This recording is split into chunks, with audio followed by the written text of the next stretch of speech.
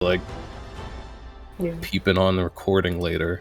I need to make sure everyone's well aware. I started that the I recording am in that moment just for you. Just so you know, the caveat can be the start of the recording. Everyone needs to know how deeply ashamed I am by these horrible caricatures. All right. On that note, here they are. The Melnikov line here in Visegrad. And we had left off last time with a welcome feast for Ekaterin, or is it Katerina? Is it Ekaterin? It's Katerina. Ekaterina. Oh, it's both. Okay. It's whatever you want to call me, Anthony. Ekaterina. I can't keep. I don't know. It's all good. There's so many variations That's of fine. Go by these. Cat. Well, Kat and her friends were welcomed home to Visegrad after a long absence, to see what has changed and what hasn't. Perhaps some of the things that haven't changed have been more surprising to Kat than the ones that have. But regardless, her uncle, Leo, aka Leonid Radovanovich, is implied that there's a little something you could help with out in the woods outside of Visegrad, on the noble hunting grounds, the family forest, where they permit the best of the hunters to obtain licenses and catch game. But there's been some problems lately, some poaching problems. Poaching on my lands? Unacceptable. Leonid has claimed that the locals are out there, stealing game that is not rightfully theirs. While the locals are blaming it upon some sort of monster out in the woods. And one way or the other, Leonid wants to make sure that his family lands are properly protected, not taken advantage of by man or beast. And in the morning, he welcomes you all back down to the Grand Hall with a hearty breakfast. It seems that his children are nowhere to be seen, but Kat, your mother, Nadia, and your brother, Mikhail, are there already prepared to greet you politely, or just, taking their morning meal. I can guess which one is doing which.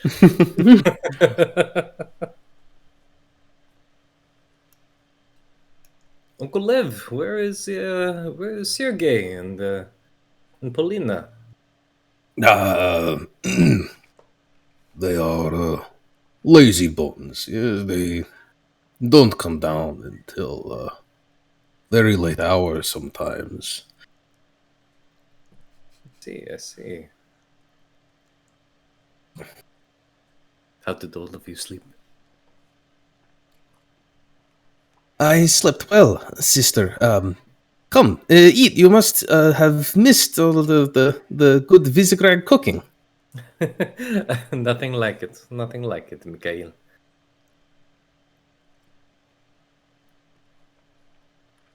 Good morning, Mama. She nods.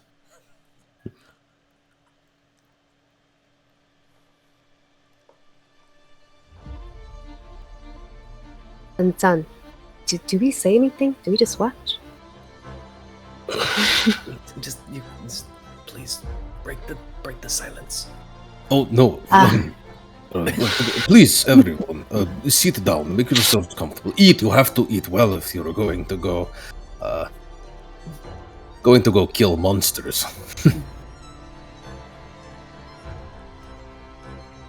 Did we hear if there's any legends about what the monster looks like? Like, is it a tall, furried, clawed, teeth, antlers? I don't know.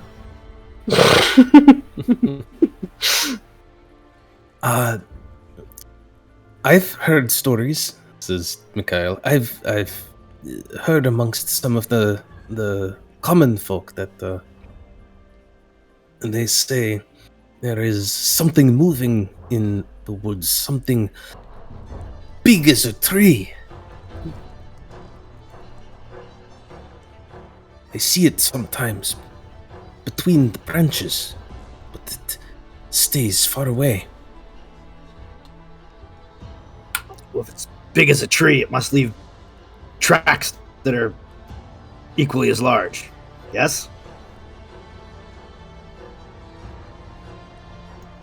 One would think, but as of yet, no such tracks have been found. Hence, rumor and hearsay. It's poachers. What if it's a giant flying thing? It's good.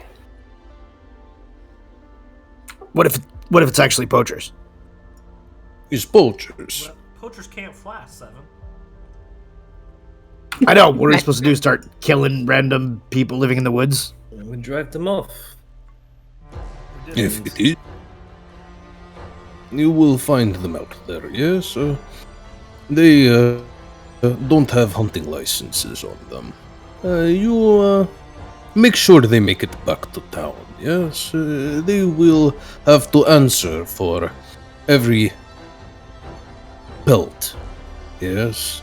Every beast that they have stolen Now, from the I melnikov understand this family. might be a unique situation, but I don't suppose there's a hunting license to hunt people without the hunting licenses.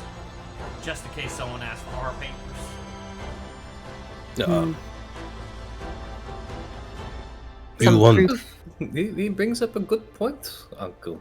The guards did not recognize me as I passed through the gates. Perhaps some sort of pass or some sort of book, some passport, maybe pass by the ports.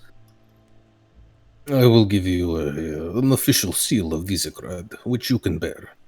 Should you stumble across any questioning parties out in the woods.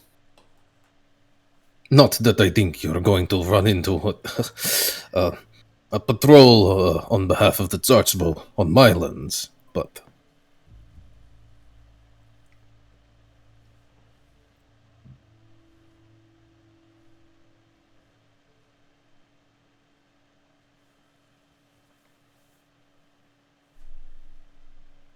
Where we going, cat? I suppose we are going into the woods. All right. Which woods? There's woods like There's a lot of woods. that away, and it goes all the way to like this away. Would Kat know the prime hunting grounds? I'd imagine she probably hunted on them more than a few times in her youth. Yeah. Of course, you know the bounds and limits of your family's territory. Their holdings are fairly significant, although a lot of it is sort of wild forest, as well as the actual town of Visegrad here and the little port. But knowing what you know of your own lands from many years back, you can give me a survival check with advantage. Survival check. You know, funny enough, she's not actually trained in survival. Well, she knows where the Maybe history check? Yeah, I'd say that she kind of remembers and knows like roughly what area was most popular for hunting. With a passive 20 perception, maybe Ryland overheard something walking through the town. I mean, it is a good question. You guys can certainly kind of poke your noses around and ask any of the locals if they have any thoughts on it before departing. You don't have to go straight into the woods, but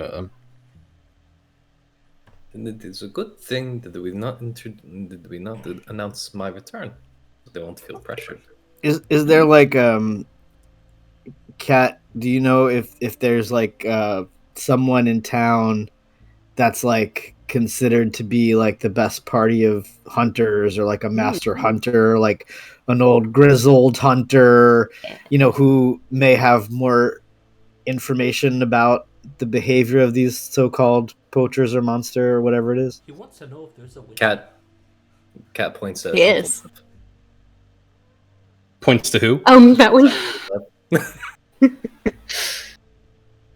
But no, I'd imagine Cat would probably be pretty familiar, at least with the old timers, like the old grizzled types. Yeah, Guys with really big fur hats. the bigger the hat, the The more likely it is biggest that Cat knows them. Yeah. Okay. I think Maybe that's Cat not made a it a great point idea. to meet the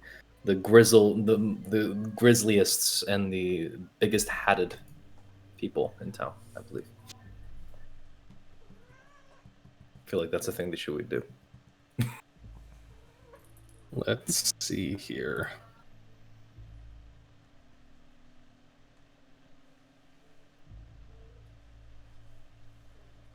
Cat compiles a mental list of the biggest hatted folks around. Because I feel like we could maybe commission ourselves a guide here. Someone who knows the lands really well and might be able to take us to the most fruitful places to search or whatever. Gosh, let me do Smart. negotiating. Yeah. I'm great at talking people down. Yes. I think you're great at paying people more that they don't. Whatever, it doesn't matter. All right. You go seeking your old woodsman contact. If Would it be a you good idea to invite Mikhail with us? I'm asking you guys. Can that little lamb chop keep up with us? As long as he wouldn't die. We could protect him. No, I feel like the Lord of the Land should probably at least get a feel for it, but I don't want Worst to case scenario, lay. We can have some deep conversations with him concerning his faith. It would be a good experience for him as well. Concerning his what? His faith. Oh. Maybe it's not a good idea to bring Mikhail along. But he's your little brother, and like you said, he needs to. People Yeah, follow the that is- Lord, and I that mean that is- in more than one way. You know what? Fuck it. I guess Cat. Seven, what do you think? What do I think about what? Bringing my little brother along for an experience, yes. Why would I give a shit? Well, that settles it. I guess Cat would go up to Mikhail and ask him rather loudly in front of Uncle Lev and her mother if he would like to go hunting, monster hunting potentially.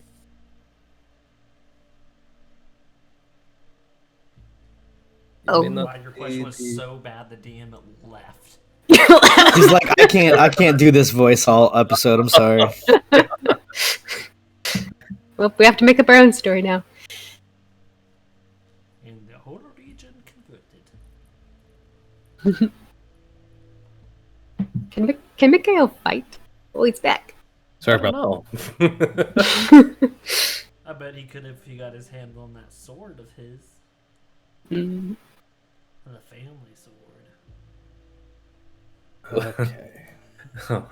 let's pump the brakes on that one. Hey, you've had it stolen at once. I wasn't very happy about that. Yeah. All right. Sorry about that. Just glitching out for a second. Yeah, you were kind of inquiring around town, Kat, see who's around, who's still alive. I mean, if they were old, grizzled hands 8 years ago, they're only older and more grizzled and such these days. But your inquiries take you out of town here and beyond the palisade to the sort of castle town outside, so to speak. And sorry, go ahead. Sorry. I think before you cut out, I think Kat was going to ask Mikhail if he wanted to come along.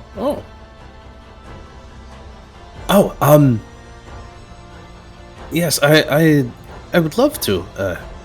Kat, that sounds like a good. No, says Nadia.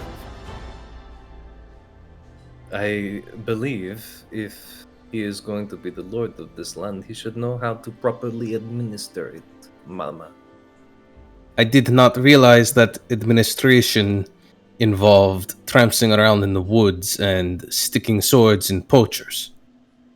No one said anything about sticking swords on anyone, Mama. But if he wishes to be a strong leader, he should know how to stand on his own in the wilderness.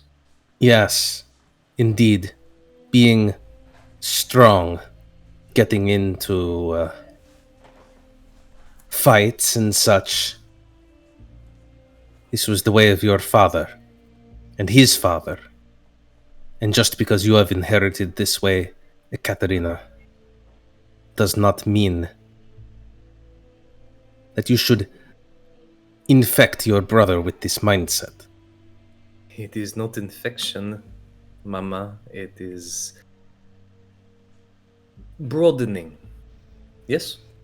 It is broadening his knowledge of the world, and by sheltering him, you are only causing him more damage. It could only give him opportunity to grow.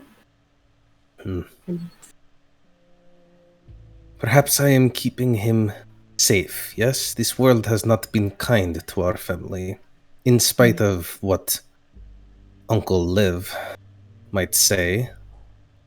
Unfortunately, being safe is no environment really to be a lord, right? Because in order to rule his people the best, he's not going to figure out how to do that just being here.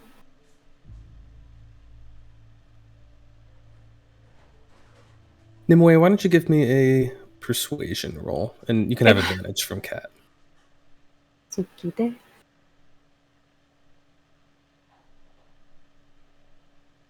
I'm gonna need that. Oh, gosh.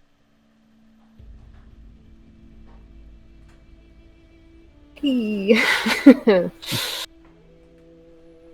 A 9. Unfortunately, Nadia shakes her head. I understand that you have made friends with my daughter, but with all due respect, you are no one to tell me how to take care of my family. Come on, man. We're gonna Go keep Menasai. them safe.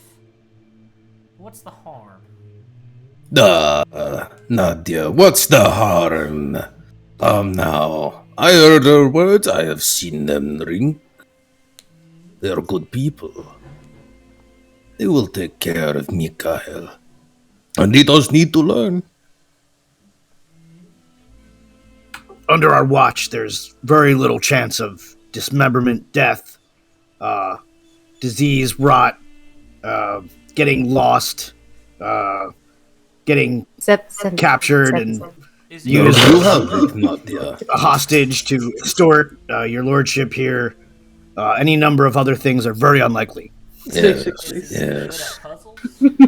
This seven fellow is right. The odds of something terrible happening to Mikhail are very, very low. Come, let the boy spread his wings, eh? Nadia kind of glares at all of you and at Lev, but she can't really deny that everyone's against her in this. She says, I can see that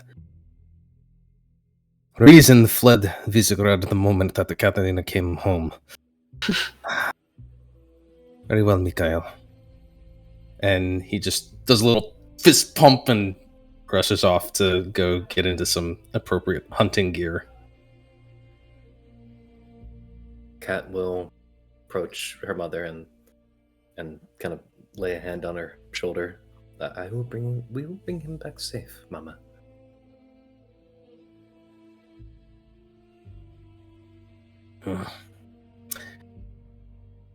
Kat, I've heard promises. I've heard many promises of safe returns. And they do come true. Usually. But when they don't, if anything happens to him, she just eyes Kat.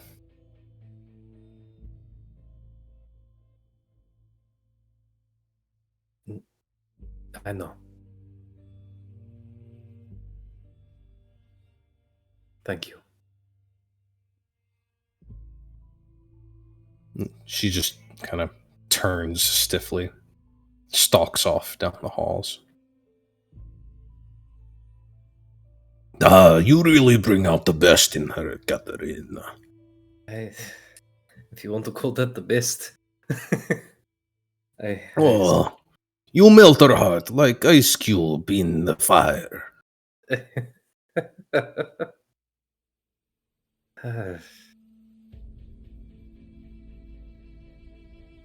I guess we should be off. Oh, on your way, on your way. And Mikhail will come down eventually, and you'll see that he has like a bow slung over his shoulder and a proper hunting spear, and he's super stoked to get going. Where are we going to first, Kat? You remember everything about this place, right? I remember you and Papa always used to go off into the woods and come back with all sorts of things. That is true, but I believe we are going to get a guide. Yes. Oh, I believe that we are going to down to the castle town to find ourselves a guide, right, Zajik? Someone who may have seen the work of this monster or poachers or whatever firsthand can lead us to the likeliest locations. Otherwise, we could be walking around the woods all day. We should ask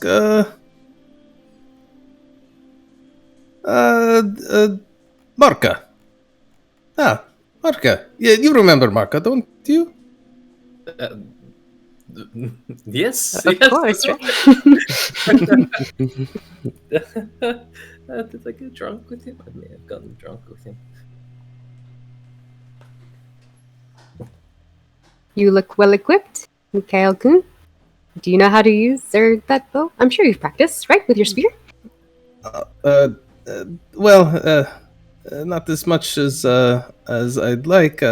Mama, it does not let me go hunting. But in truth, I am better with rapier. Yes, she says this is a better weapon for boyar anyway. Do you have one on you?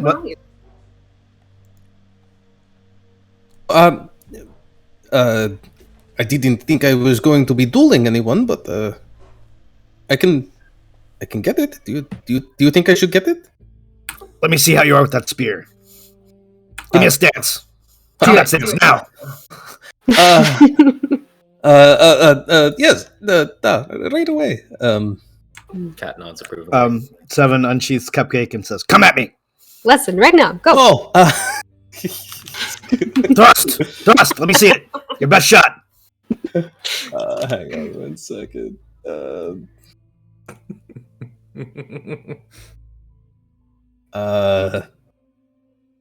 Zychik, do not kill my brother, please. Ha! Ha! Oh my god! Oh. Did he just crit me?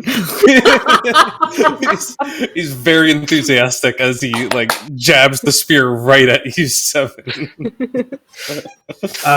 Wasn't expecting that. Yeah, I guess. Seven takes it. Takes the spear hit. Just like a little surprise, but all right. Let's see how much strength he's got behind it. Did he just? If you put one of those quadruple damage things, Yeah. I'm gonna fucking kill you. Mikhail kills 7. No. He puts Seven's eye out. No. Just gonna go with the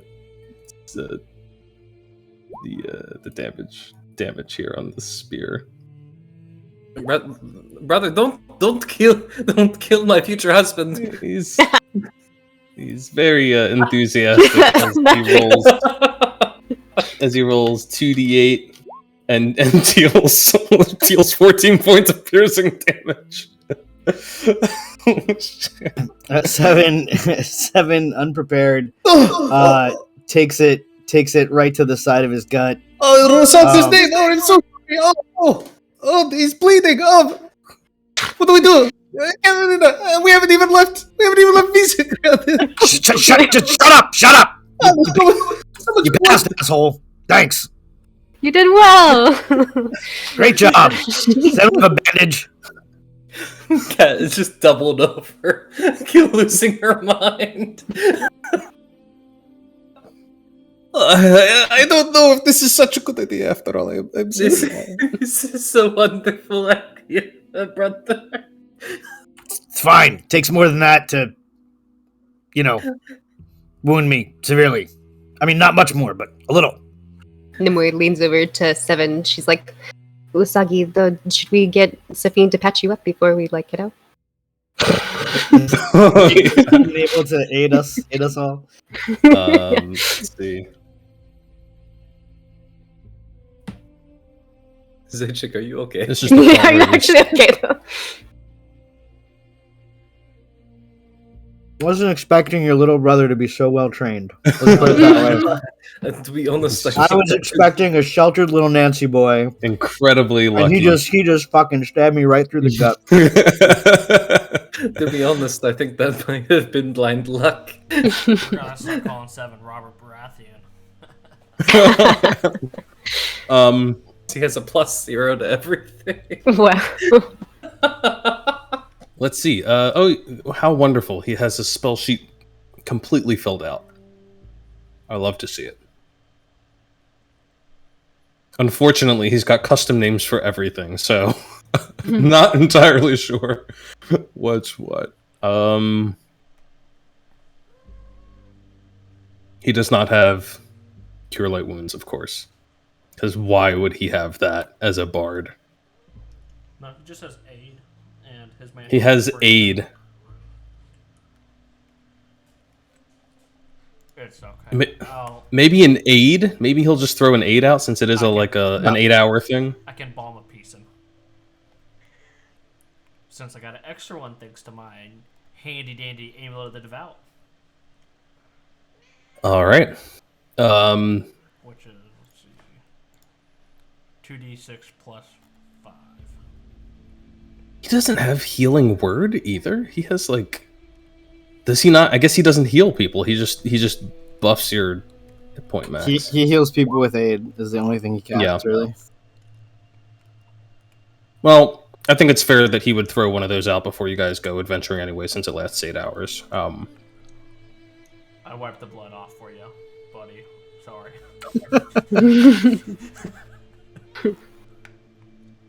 I think this is going great already. I'm just gonna stop trying to train people. It always just hasn't gone well. No, I think this is going great. You really boosted his confidence. You brought He's- out his potential. He's gonna put on. He's gonna put out just a small bump for I guess 7 and who else normally It'd be gets it? 7 himself, probably. Probably Cat, honestly. Well, I'm thinking maybe he's for the time being. He's like, trampsing off through the woods just isn't my vibe. That's a good impression of him. I like it.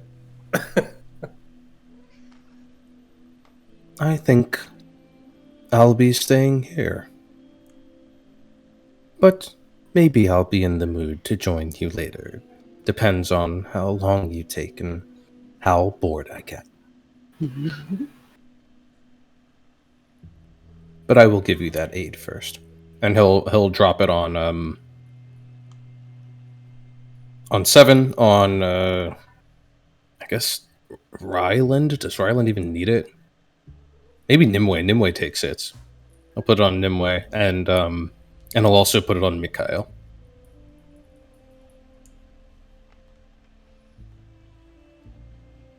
And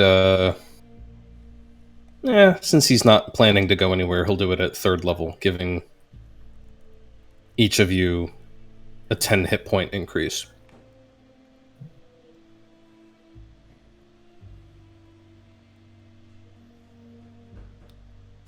And a mantle of inspiration for everyone else, right?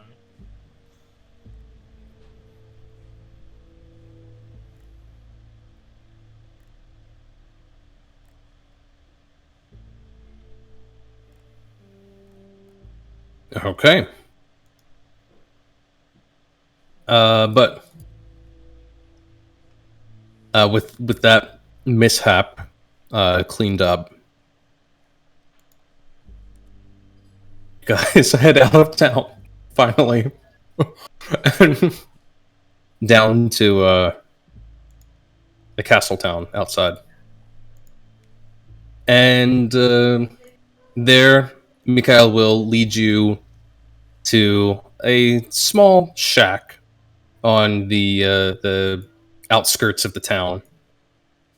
Somewhere looks like a very simple forester's hut. You can see that there are many pelts hanging outside of it. Looks like they're being hung out to dry. They look fresh. You can see some old blood stains all over the ground around here, and a number of big metal hunting traps that are just sort of stacked up by the door. But Mikhail will knock and say, Marka, are you home today, or have you already left for the... The door swings open. Oh, Marka, you're good. You're here. These are my friends, and you remember Katerina, my sister, huh? And this man. Oh, look at the size of that hat.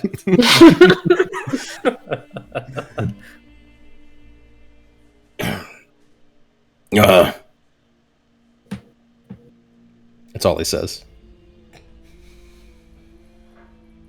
Right. You're being conscripted in service of the Lord of these lands today to show us to the sites where the poachings have been happening out in the woods. We're here to deal with it.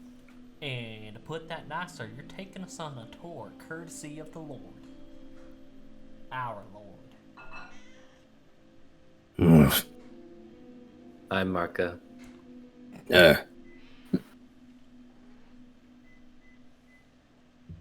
He slams the door in your faces. And a moment later reopens the door, and you see that he's now got his heavy coat pulled on. He's got a big spear over one shoulder, and he just starts walking. Follow. We did it. Cat, why Okay. don't you use a spear? It seems like most people prefer it here. Yeah, there's love. What's that? Why don't you use a spear? It seems like a lot of people here prefer it. I was more of a.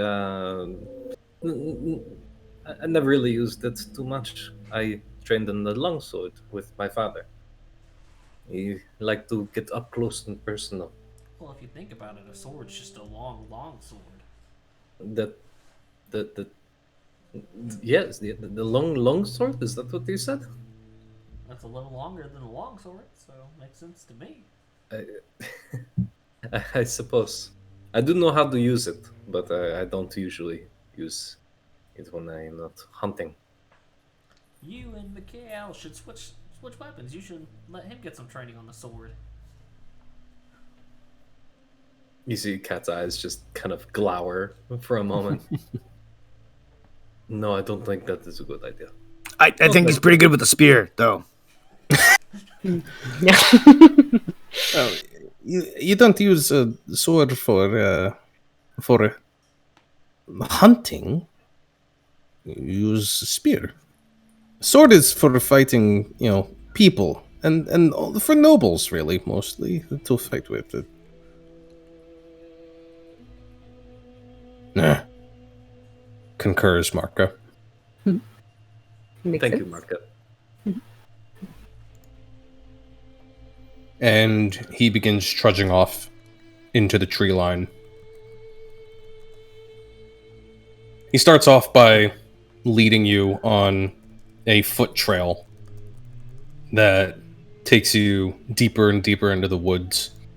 Eventually, the sounds of the town of Visegrad begin to fade behind you, and only the sounds of the forests around you. The light cover of snow on the trees and the ground from last night's storm is enough to deaden the sounds around you. But it's not so bitter cold out yet as to, leave you in like extreme temperatures or anything. A good solid coat's enough. But you proceed further and further, and eventually the foot trail sort of peters out, and you're just making your way through untamed forest.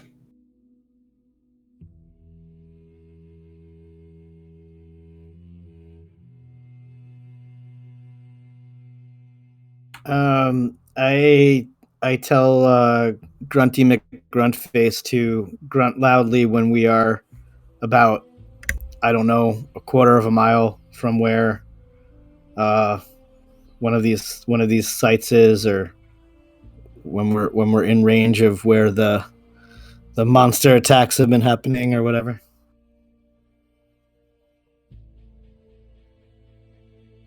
Smart. You are want to talk about Grunty McGruntface, Mr. Zacic.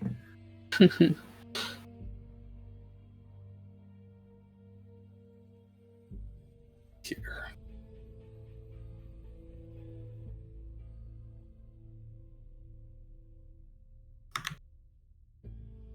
Let's just bring him over this way. Yeah. At this, Marka will go, and Mikhail says, he says he will do that. The site of the so-called monster sightings is a little further off, deeper into the woods, away from the people in the town. He will let you know. He said all that. Yes. I need to learn this language. Did you not understand him? My grunts don't say nearly as much. And I've tried. Oh, it's not. Oh, And I've tried. It's not just the grunts. You know, it's the look. You know. That's the He key, glares Seven. back. were you not saying all that with all your grunts, Seven? I have misunderstood you this entire time. You're just figuring that out now? I really just thought it was indigestion.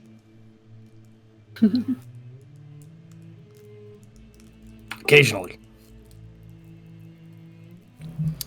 Well, Marka trudges on ahead of you. He's got his spear. He's got a couple of traps. A couple of times he'll like stop, look around, and you see that he drops one of these steel traps on the ground, sets it.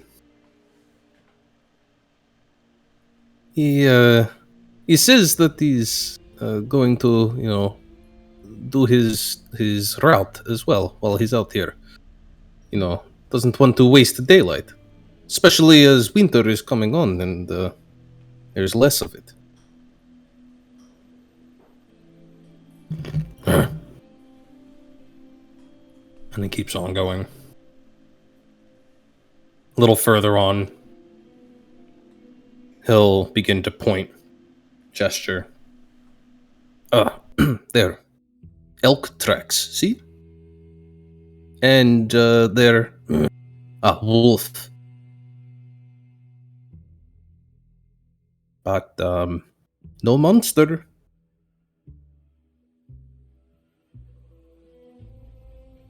As you guys are walking, I would like each of you to tell me what you're doing. You just following after Marka, letting him lead the way, or what? Keep my eyes out, look for any woodland creatures. Also, any signs of something big. Definitely looking for any shadows. Any clearings a giant animal could have landed in. Mm-hmm. Or, you know, swoop down to pick up. I'll also be looking up in case it climbs. Good. I guess Kat is like half looking for the same things and half also taking in the forest like she hasn't been in for a long time. So she's kind of distracted. But she's also like keeping like an eye out to see if anything's changed, like anything radically big she would probably notice. Try and look out for. Mm-hmm. Sure. Yeah, if you guys, any of you who are keeping your eyes peeled for something out of place here, you can give me a perception check. Or if you're looking for signs of animals, you can roll survival.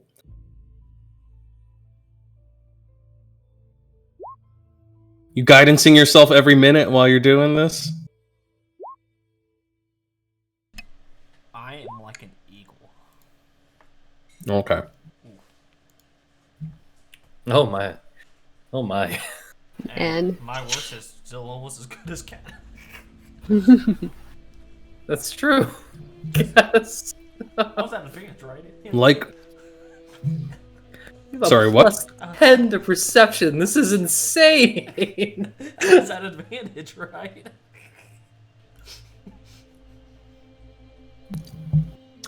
Yeah. No. Yeah, you, Nimue, you are keeping your eyes peeled for anything that could be, like, up in the trees. And, meanwhile, Ryland and Kat have their eyes more on the ground, looking around for things. Ryland, you're looking like, oh, there's snow. There should be tracks in the snow, right? And you're just looking around, but you don't see any obvious tracks. So you're like, no, nothing doing. But Kat, you do spy some signs of like a spot on a tree where the bark has been rubbed off, and you know that that's a sign that a bear has been through here and rubbed itself up against the tree. An Ursa. Yes. Uh-oh. But Nimue, with your eyes up on the branches, you catch sight of something up there. It looks like a satchel, like somebody's traveling pack, and it's hanging from a branch about 14 feet above the ground. Is it like on a branch or is it hanging by rope? No, it's like hanging over a branch. It's kind of tangled up in a couple of branches. I fell from the sky. Yeah, I think I see something. Nimue is pretty dexterous. Maybe she'll try and run and climb up there. All right. You just let yeah. need any help. While she's climbing and has her back turned, Seven's gonna just fly up a little bit, so that when she gets to these branches and turns around, he's just gonna give her a look like, "Did you forget I could actually fly?" Do things on my own. Nimue, you can you don't need to rely on no 7. She don't need no 7. You can give me an acrobatics check.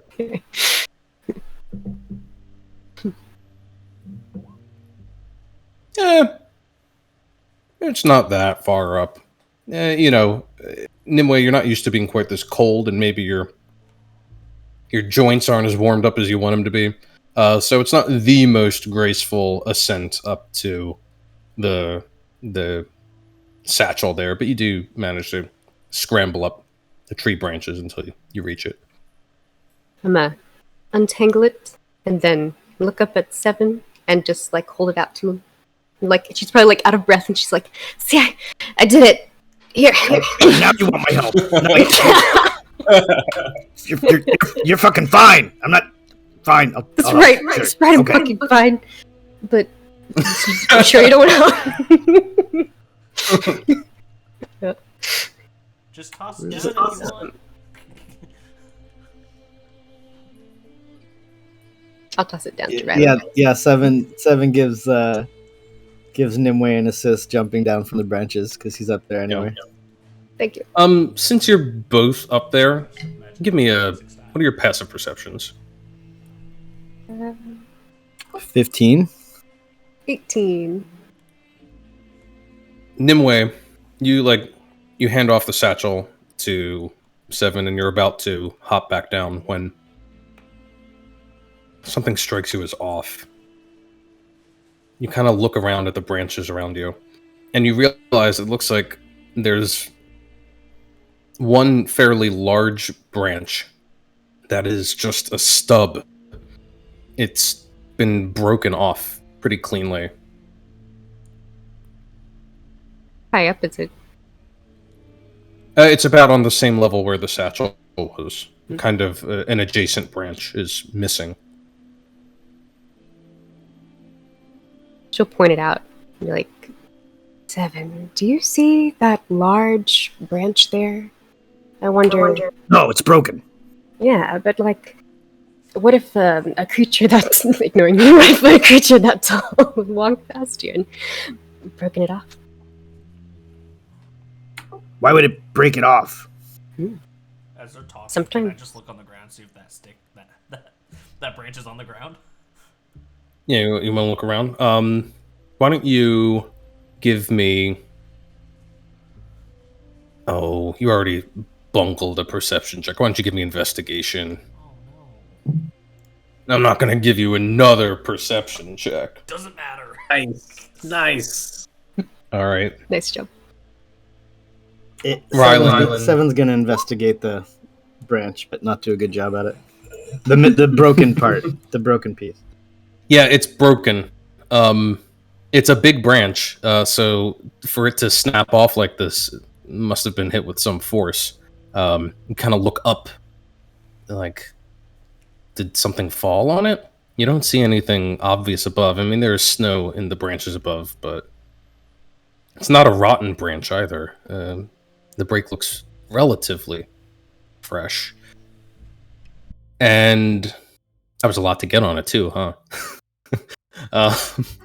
Ryland, you kind of look up at the broken branch. You look around a little bit. Start sort of scouting the ground around you, and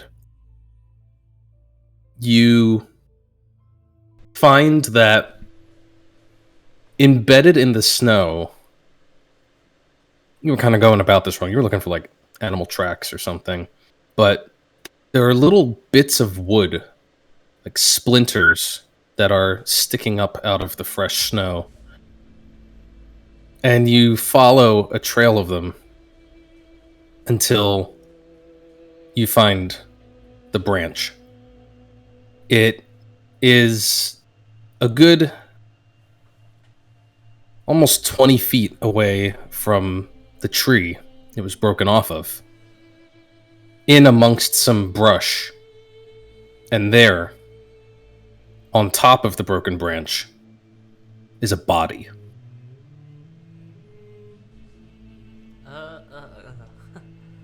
Marka, has anyone gone missing in town lately? Because I think I might have found them.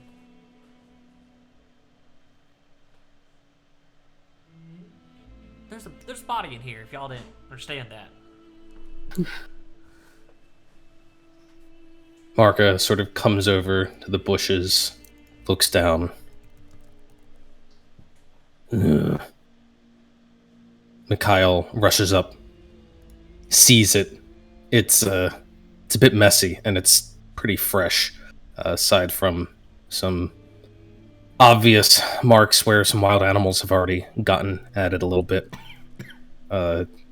Mikhail kind of like turns away. Says, I don't know who that is. I don't recognize him.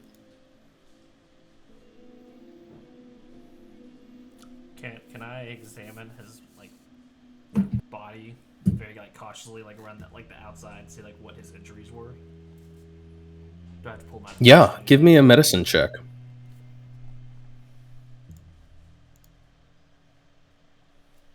Oh wow! Nice. Really making up for that perception Very check, nice. aren't you? Yes.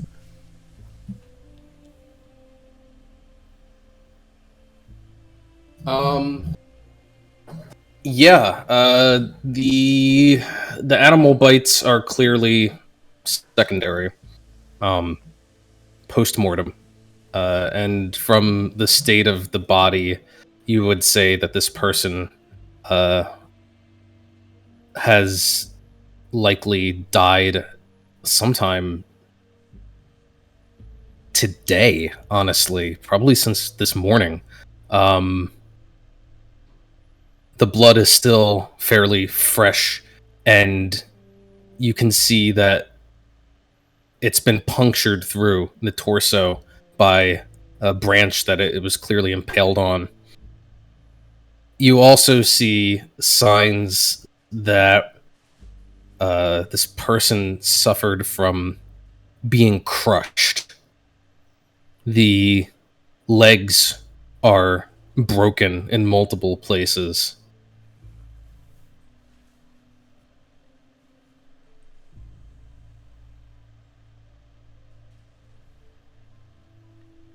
Anything else?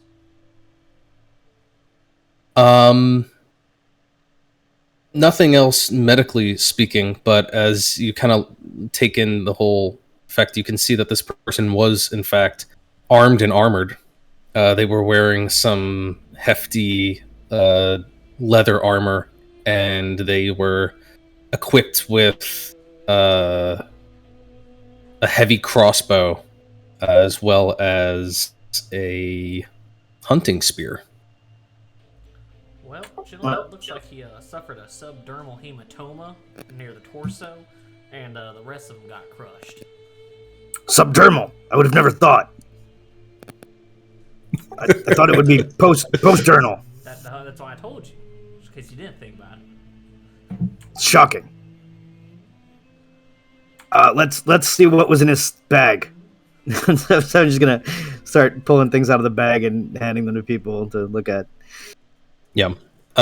You go through the contents of the satchel, and you find a couple of things that seem very normal. A few days worth of rations, a flask with some alcohol in it, and then you find these satchels. The minute that you sort of unwrap one of them, is sort of wrapped up in an oilcloth. The minute you open it, this pungent odor starts to emanate out. It's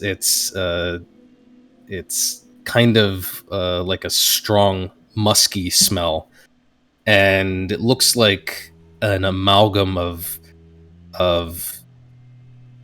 looks like some sort of herbs or leaves and some sort of meat all in there.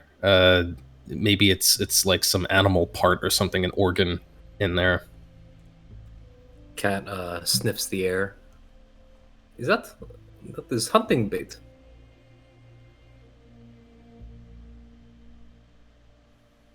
It does indeed smell like a particularly odorous bait. But if you're looking at it and sniffing at it, I would take either a survival check or an herbalism kit check.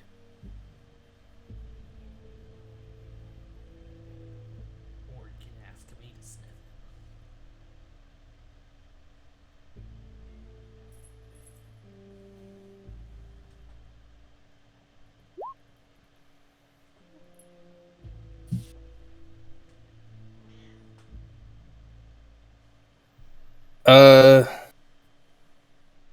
Yeah.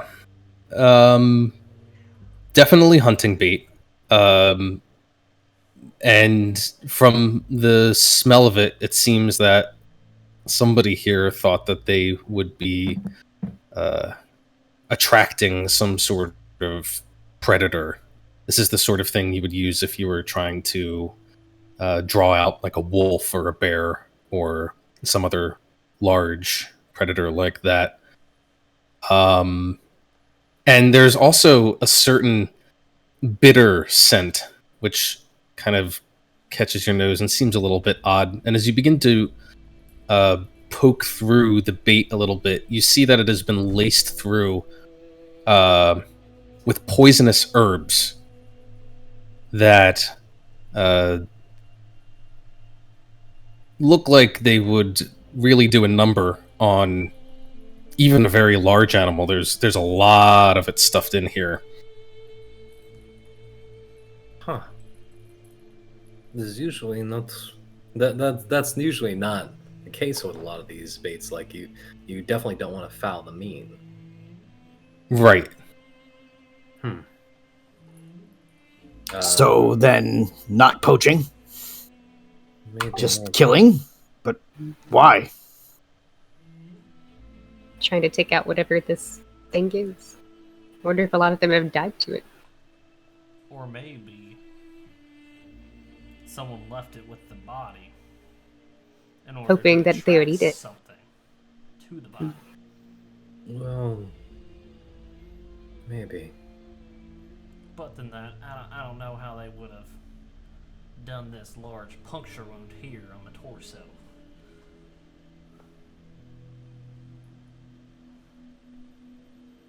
Are there any 14-foot people in this town, Cat, by chance? Not that I can remember. Could they be hiding? Amongst the trees, perhaps? Cat's just gonna give the hunting bait to Marka. Marka looks down at it, gives it a whiff.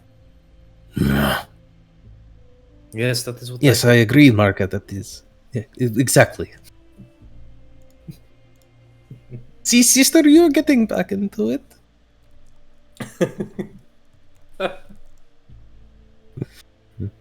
And Mikhail, tell them what you said. Please.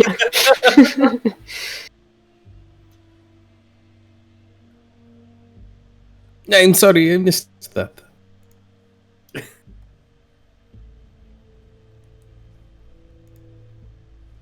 I was turning my camera on. I have no idea what you said.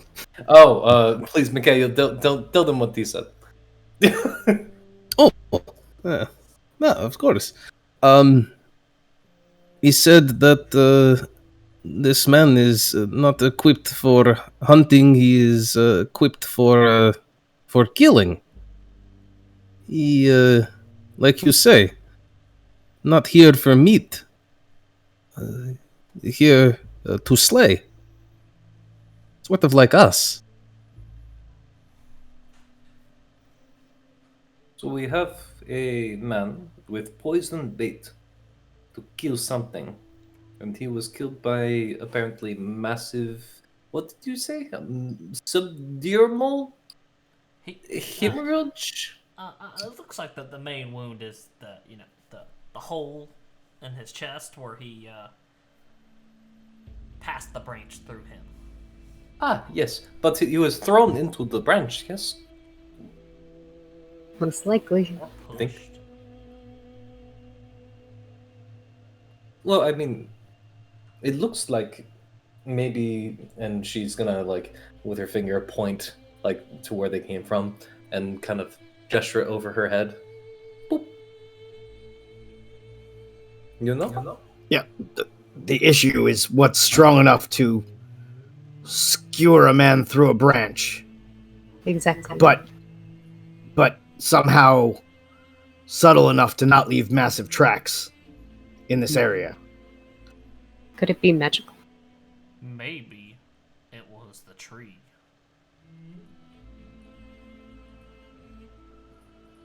But what if it was? That's not an insane idea. I think it's an insane idea. If you mean through the will of the Fey Queen, I don't know if she's ever just used just the tree to protect herself or the land, but I suppose Sounds like a history check to me. I suppose Yeah, I think a history check. in the memory banks. Ryland, what the fuck do you know about the Tsarstvo Korlevi, huh? I know about trees. He doesn't Yeah. know about trees. No, you can't Tree deny monsters? You know that, I mean, you do know that there are such things as trees that can spring to life, or creatures that are tree-like, or even creatures that can like make use of trees, travel through trees. Typically, these things are all either living plants, or they are some sort of fey creature. Something that is in communion with the natural world and the land, that is able to commune with trees.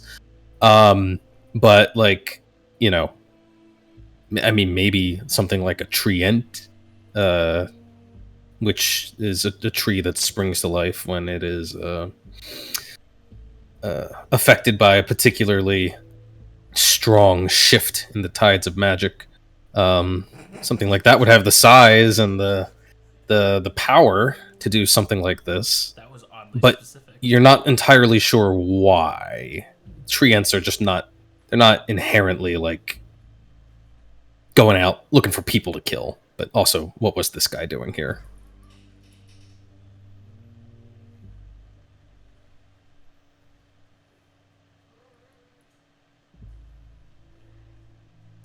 Okay, now do Max's history check.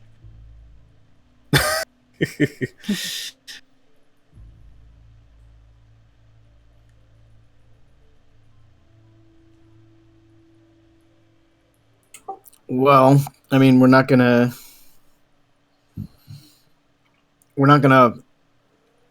find anything else out by standing around here. So we're going to continue searching, but have we changed what we're searching for?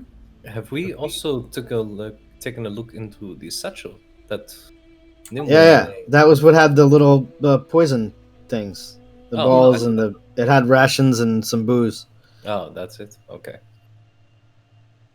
I thought we found that on the body. That's my bad. Yeah. But, okay. But maybe you're right, Seven Son. Maybe we should be looking for a plant creature. Cat, y'all? Do y'all have a ghost light in this part of the world? Near the Husai Oblast, if I remember correctly. But I just thought of something. If Mikhail, you have not recognized him, Marka, have you recognized this man? So, he is clearly dressed for killing. And honestly, the Melnikov lands are a little bit out of the way. He couldn't have come from nowhere. Maybe there is an encampment nearby.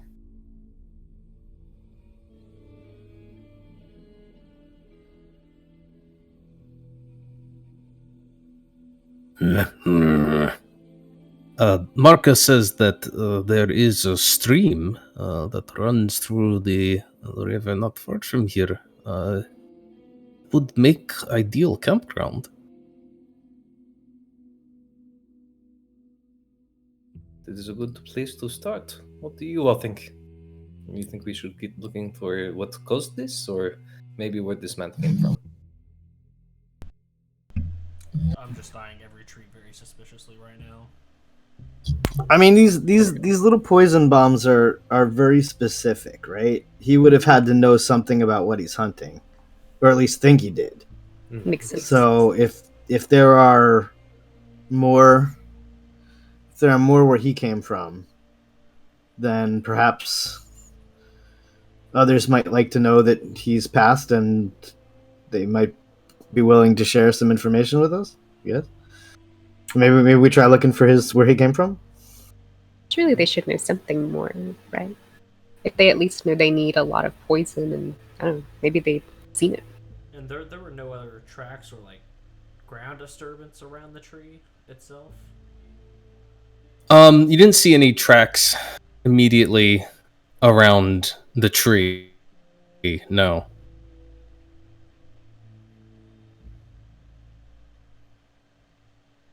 Does it look like a human flew through the forest at any point to land on that branch? How he did? Like he was Yeah, with your investigation check, that is what kind of seems most likely to you. You can see, you can almost imagine a trajectory through the tree branches that would have carried this person through the branch that he hit and continuing until he came crashing to the ground in these brushes here. Well, guys, I think we should probably figure out when his feet were last on the ground and alive, and try and backtrack him from there. Maybe. Yeah, could we All see? right. So let's try to be a little more Sneaky. cautious. Yeah, sneaky. All right. Seven's gonna going to invoke dusk. Veil of shadows descends.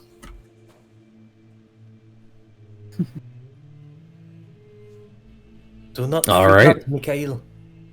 What? It's just magic. What is? Magic. Yes, of course. I know magic. Do you know silence? I have heard of that spell, yes. You failed your second test. Shut up. He could be your apprentice, Seven. I hate apprentices. He leans over to Katerina. Is he always like that? I know, it's adorable, isn't it? Squints at her. Back at 7. shrugs and starts trying to walk silently as best he can. He seems to be pretty impressed with his own prowess at avoiding making noise. Sweet. He's doing so well.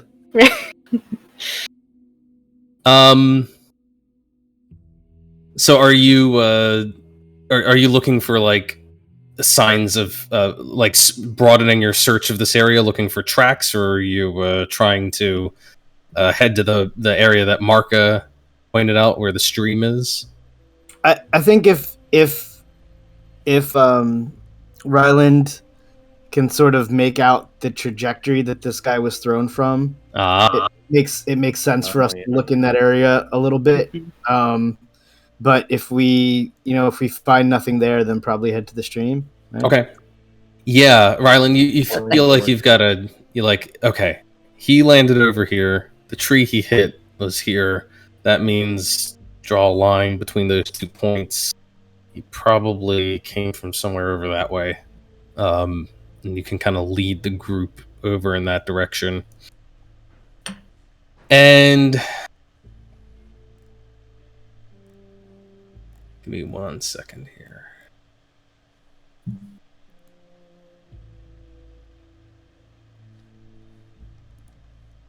Hey Kevin, do you remember when we were doing that exercise back when we were still in, and we were doing the Korea one?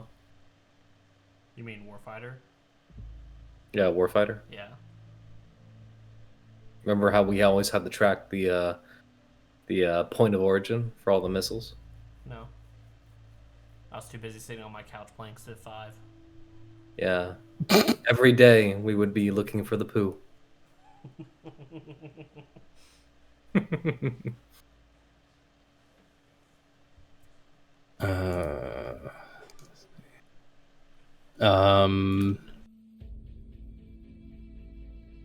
Just 1 second, 1 second.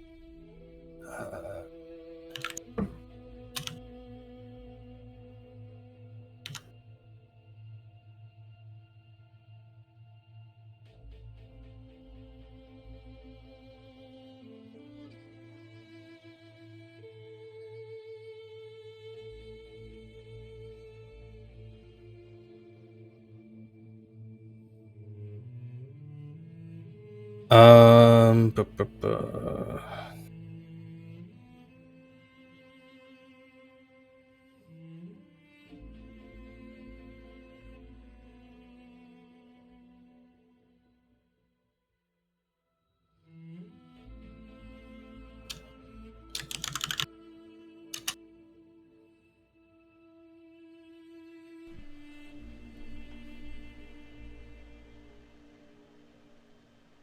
Okay. Sorry about that.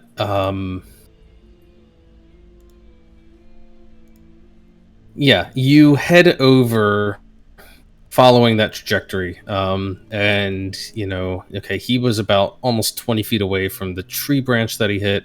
Keep going along. And about another 20 feet in the opposite direction, you see a disturbance in the snow. It's pretty obvious now. It looks like quite a few marks here from human-sized and shaped boots, but there's sort of a confusion of them, as if this person, whoever left them, was perhaps in a fight or moving around this area a lot. And I will take survival checks from anyone who wants to give them.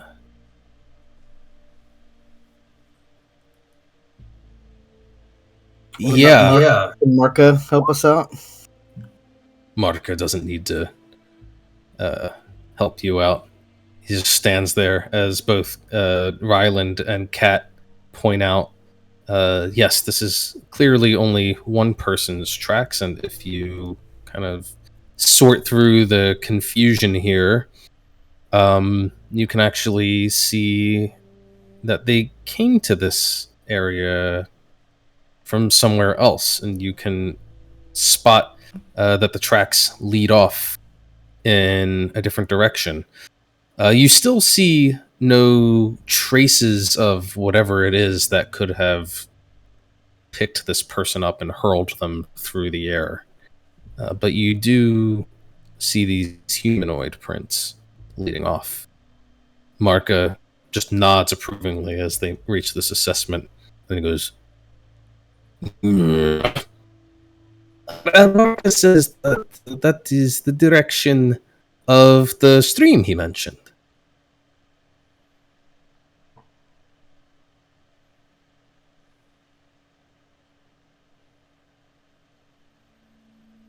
Well, it seems like we've got a destination then.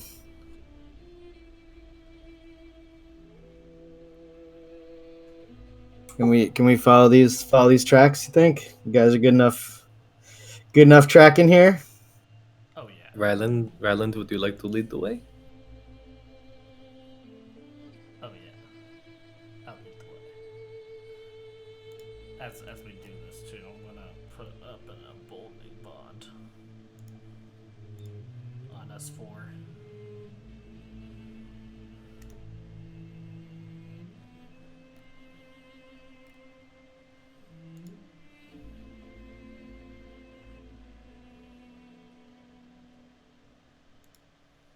And I'd also like to keep Mikhail as close to me as possible. Yeah, Mikhail's been kind of sticking close to his sister this entire time. His eyes have been a little bit wider ever since finding that body. We went within the distance of that sword. Well, I'll follow you, Ryland. There's good people to stick with. Well, that's good. Mikhail, I follow Elda, you follow me. We're all a big happy family. Stop trying to convert my family, please.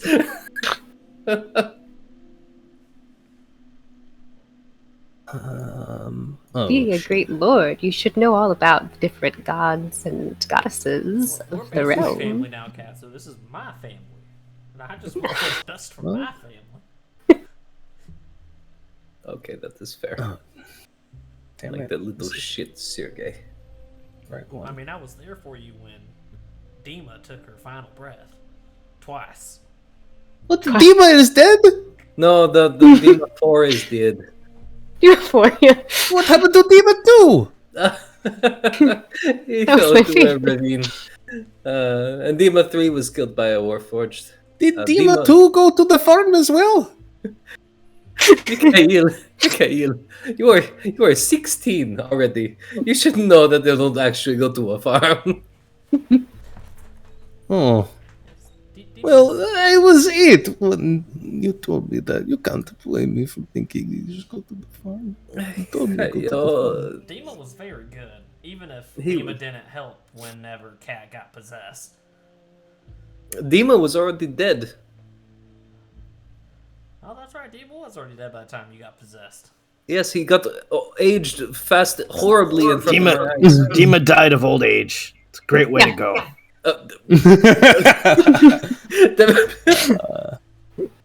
Yes, but also no.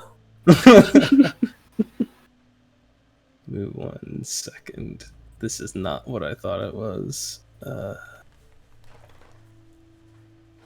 Yeah, Dima wasn't the only one that aged there, Mikhail. You, see them crow's feet on, Kat's face? That's the one I want. Okay. I will remember that, Ryland. Hey, don't be mad because you're not a face of the Fey Queen. Because you're Hey. too old. All right. I am. Um, Oh. the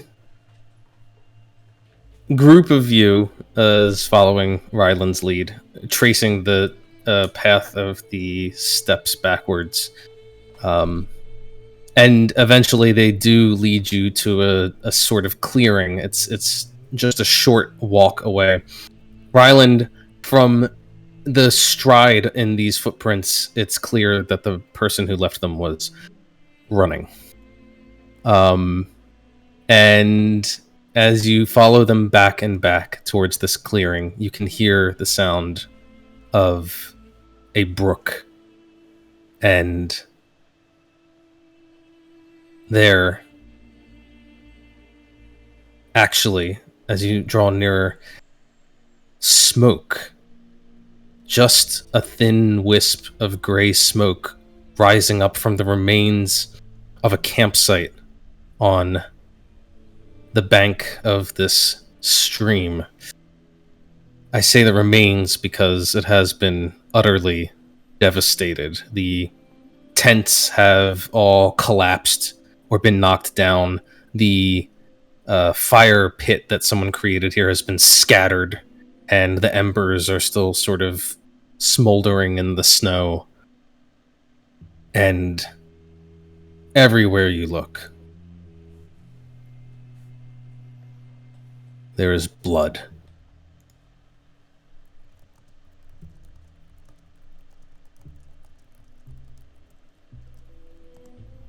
Were there only one set of tracks that we were following, or two humanoid? Only one, but it only takes a moment as you gaze around here to begin identifying the bodies. One of them is wrapped up in a fallen tent. Another is sort of half buried in the snow. Another is sticking out of the stream, one boot up in the air.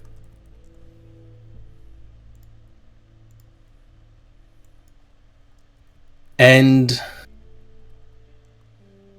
for the most part, they all look very similarly equipped to the man you found who had gone flying through a tree. All wearing gear of people who seem intent on doing battle, not with other people per se, but more as if they were ready to fight some sort of creature. There is one of them who is dressed differently. He's lying on his face, sort of in the clearing here. And let me see if I'm doing well enough to actually have these tokens already prepared. No, not that good. Anthony uploaded about 50,000 tokens over the last 2 weeks, but none of them are the one I need at the moment. The figure, whoever they are, is clad all in dark gray and black robes. And you can see that they have been matted with blood. But they don't look like woodsmen. They almost look like clothes you would expect someone of higher standing to be wearing. They're finer than just coarse leather.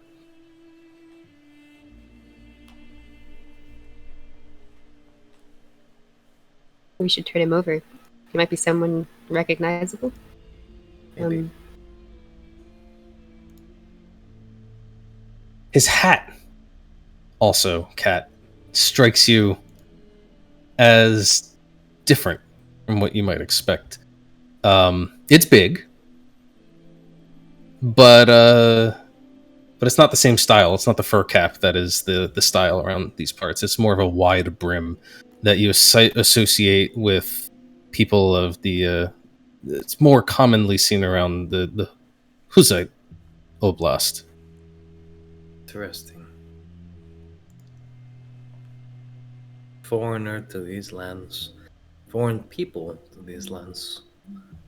Murdered in the Melnikov forest. I'm Please, searching. Does your You wish forest to- have a engine to murder people? Not intentionally. I don't believe. What about I've- unintentionally? I mean, bear, but don't like mess with bear unless you want. Never mind. But I don't think I've ever seen anything like this before. Did someone say they were going to turn him over? Yeah, I'll turn him over. All right. Nimue, you reach down, you turn him over, and you see his features. His face looks something like this, lying sprawled on the ground. And you see that he has something hanging around his neck, a golden pendant in the shape of an upturned palm forward hand, like this. Oh, He's one of them, shit! right? Shit! Oh man. Okay. Is this why Mikhail? they call him the mortal hand?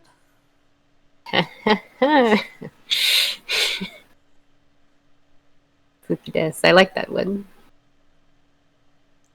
What would they possibly be doing out here in the woods, hunting something? Unless it's something they were trying to keep quiet. It definitely seems like something that got away from him. Maybe you're onto going- something. I'm going to check his pockets, and she's gonna dig through his robes and see if he has anything. Mm-hmm. You dig through. You find that he has a coin purse on him. He seems to be fairly well supplied.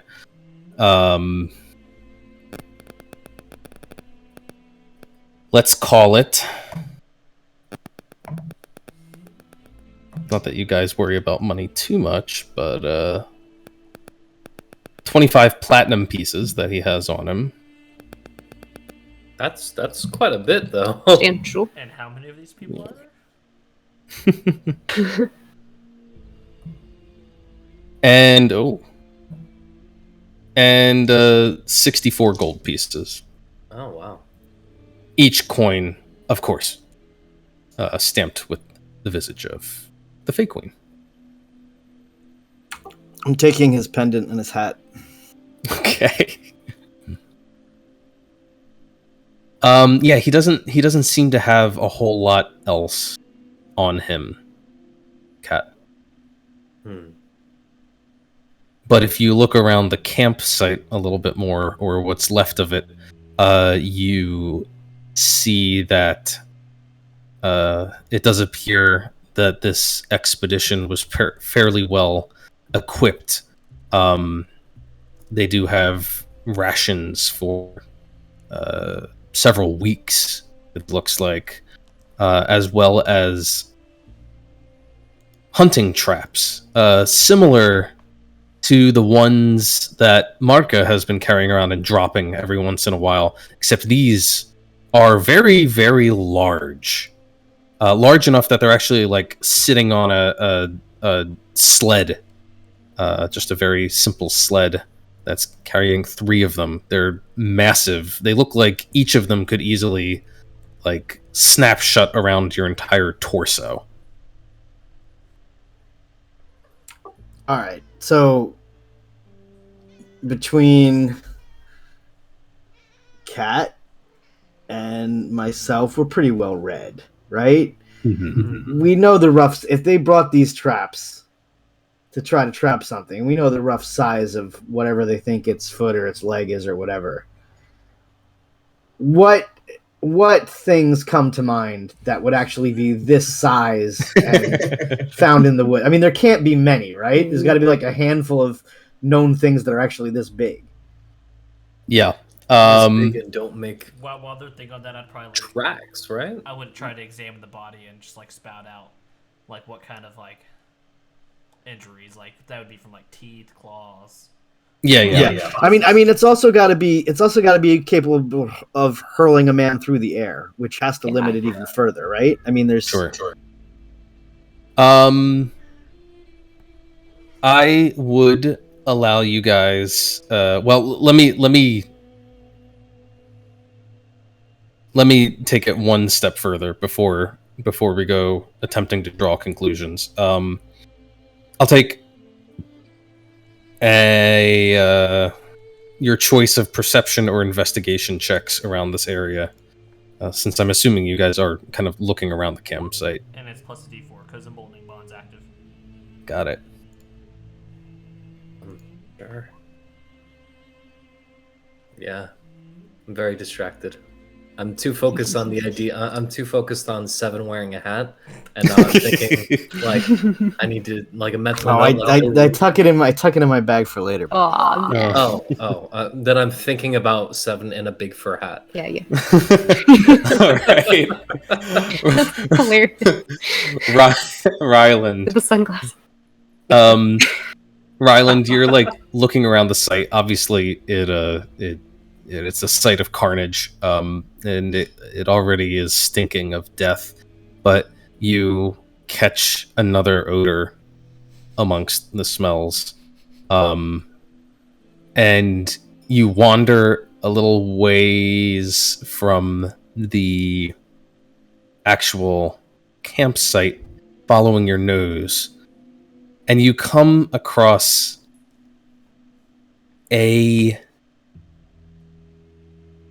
what looks like the remains of somebody's vomit. It looks like someone vomited here. There's quite a bit of it as you look around, and in amongst the bits of animal fur and bone, and even some little half-digested bits of flesh that you see, you also see one of these bait satchels, like the one that Kat found before.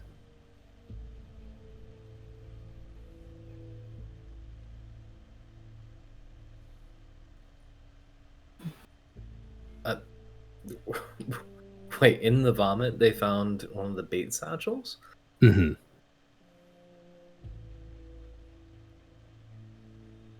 It didn't work. And at this point, is it covered in vomit, or is it sitting on top of it? The thing covered in vomit. The thing ate it and vomited it up. And at this point, I will allow you guys to make any kind of check that you want to try and figure out what the hell you're dealing with. You want to make a history check, a nature check, a survival check, an arcana check, whatever you want to throw out.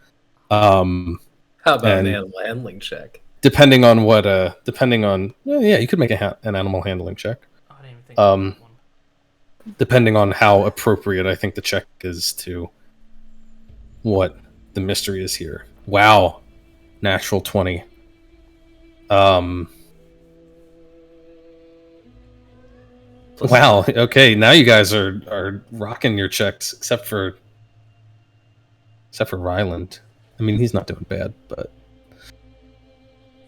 yeah, you guys are all sort of like following different paths that kind of lead towards the same general conclusions. Nimue, from a survival perspective, you're like, okay, what could be doing this? Ryland, I'm not going to ask you for a check. You said you wanted to like inspect the body.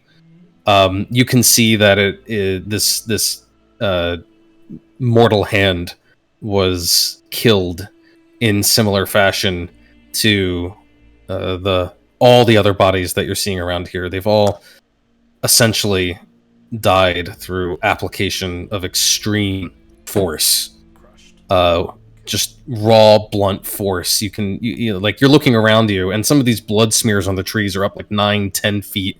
You can just imagine somebody getting picked up and smashed against a tree trunk and then dropped to the ground, or someone like crushed right into the snow and the riverbed here. And Nimue, as you're looking at this, you're like, okay, what kind of creature or a monster or whatever could be so big and powerful as to do all this damage and leave no tracks? And it just doesn't make any sense. Anything this big moving through the woods would leave signs of its passage. Even if it was a flying creature, it would have to squeeze in between these tree trunks here. Surely it would be like knocking branches down wherever it went or something like that. And then it occurs to you that whatever creature this is must be smart enough to cover its own tracks, just the way that you've been covering your tracks as you've headed here. Cat, you are looking at like this pool of sick and the contents of this creature's stomach, and you're like, all right, whatever it is, it's clearly a carnivore. There's bits of bone, flesh, stuff. But you've worked with enough animals. I mean, you've helped care for livestock and for the horses of the Ursa Legion. All this, you kind of have a sense of these things. This doesn't look like what you would expect to come out of, a wolf or a bear's stomach. It is meat, but the way that the bones have been like crushed, not splintered and cracked open by canines, but crushed by a grinding motion of molars. And 7, for you, the history check, you're like, well, treants, maybe plausible, big trees out in the woods, but no, they're not normally this violent. It wouldn't really make sense for them to be this violent. And what is a member of the Mortal Hand doing out here? They're here clearly hunting for something that they know is out here. And you start thinking about like what sort of creatures would be out here that would draw the attention, the Mortal Hand, that would live in the wilderness like this, that would be the size that they're talking about. And all of you, in unison pretty much, all sort of draw to the same conclusion. Giants. We have to get the fuck out of here. What were you thinking about? Yeah. Trolls as well?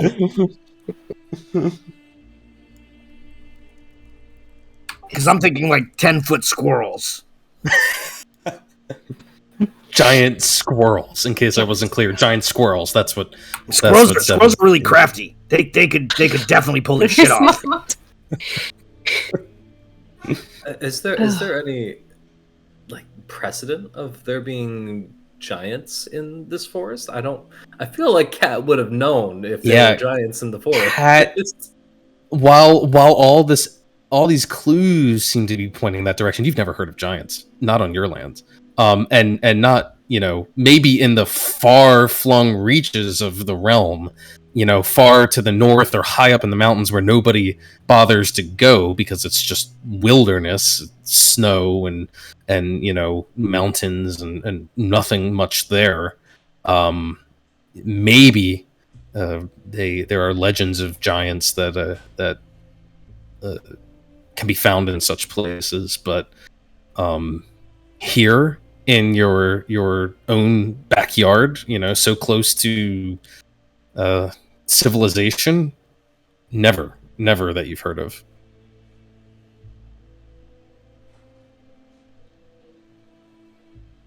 So your uncle was right. It's poachers. It's just a very large poacher. Yes. Or multiple oh gosh. What if there's more? Yes. If there's more than one, I don't even... Okay. It's not a lower level giant either. This thing is smart. It has to be one at the top. We should probably find this thing though, right? It could hurt more. This is not one of those things we just say, oh, we didn't see this. Yeah. Yes. This could destroy a Kind of village. like the Fey Queen's rule. Yes, and I'm surprised that one is here. And Marka, there are no villagers have been disappearing, no? Only livestock. Huh. Well, we should find this thing. Maybe lure it out? You can't approach this just by thinking of healing, but if it is intelligent, perhaps we could treat with it. What do you all think? Before I don't want to talk for you. Marka says that he didn't sign up for this. That is fair. Brother, perhaps it would be good if you and Marka were to go back into the village. What? But Katarina, I thought you said I was here to come with you to see the world, to see if there are really. Do you really think it could be that? I think so. Well, then I have to see it. But I mean, there has never been anything like this in Visegrad ever.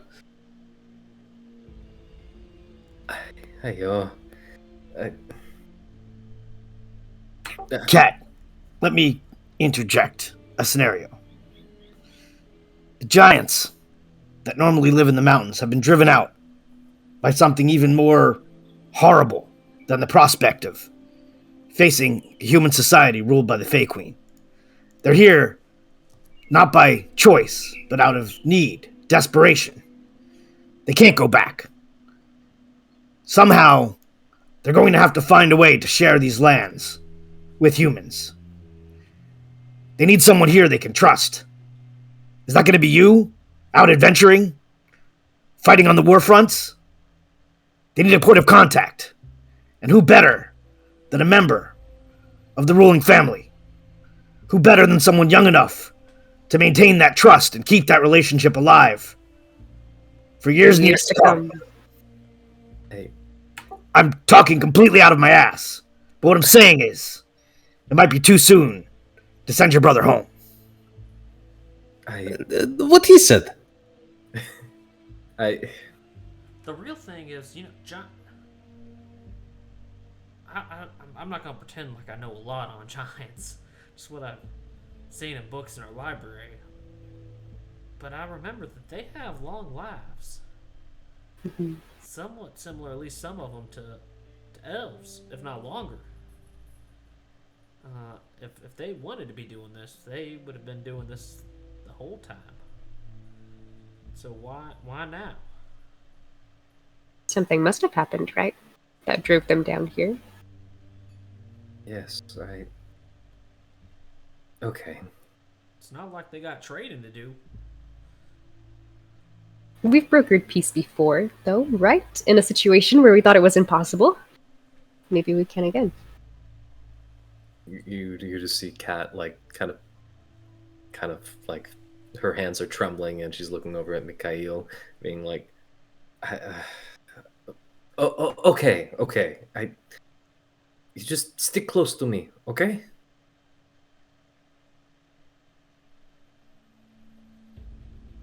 If things turn south, Cat, I promise I'll get him out. Thank you, Sejik. Truly. Maybe this was just revenge on the Mortal Hand, maybe? Maybe the Mortal Hand's trying to push them out of wherever they come from. Trying to hunt them down? Seems like they must have been tracking him or it for a while.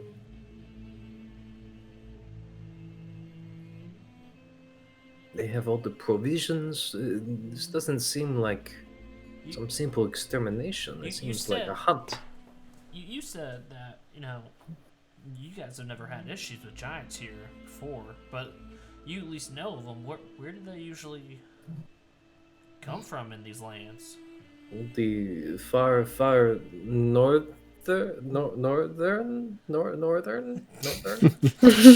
Yeah, I mean, basically, supposedly they live in the deep wilderness, untouched by human society, untouched even by the Fey Queen, really. And that basically means far to the north, or high up in the mountains, or perhaps even beneath the surface of Yon in subterranean places, but basically very, very remote, isolated locations. I didn't even believe they were real. I've never seen one before. Locate creature spell sure would be useful right about now.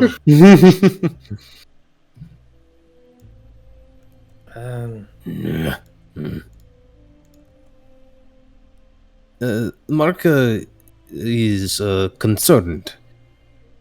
He says that if it is giants, then there should be tracks. There should be very easy tracks to find. Even the best hunter who does everything he can to hide his trail, still telltale signs, yes? Even if he brushes the snow behind him to obscure footprints, still you can see the marks if you look close enough.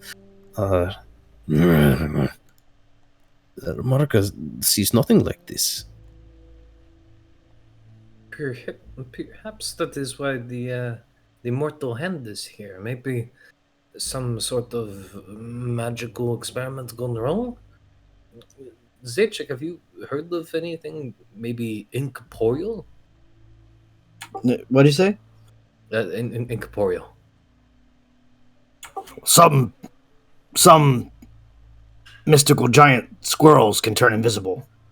But if we're ruling out the squirrel theory, then invisible giants, sure, but they would still leave tracks. Unless they are flying above the tree line, it's hard to imagine they would leave no signs of their passing at all, even invisible.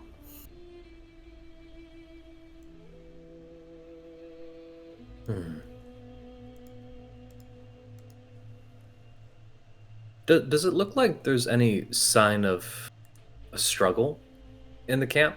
Like as in like okay, not sign of a struggle. I mean, I see the sign that they tried to fight back, or like are there arrows, or are there like swords drawn, or a sword stuck in the ground? Any indication that they were trying to go after something? Yeah, it does look like they had weapons at the ready. There's like a broken spear over to one side. One of them is holding half a crossbow. The other half is just smashed to smithereens. And the mortal hand had no obvious weapons on him. But Seven definitely recognizes that pendant would have acted as an arcane focus for him. Or not an arcane focus, but a magical focus. I guess what I'm trying to ask is if they were attacking something and they hit something, they very well might have left some blood behind. I guess we wouldn't be able to tell what blood from what blood, but any indication that something else was here? Any at all? Yeah, that is a fair question. And if you think about it like that, okay, stop focusing on the ground. Stop focusing on tracks, because there clearly aren't any. What? Looks like somebody stopped being got bored at home, messing with my cousins.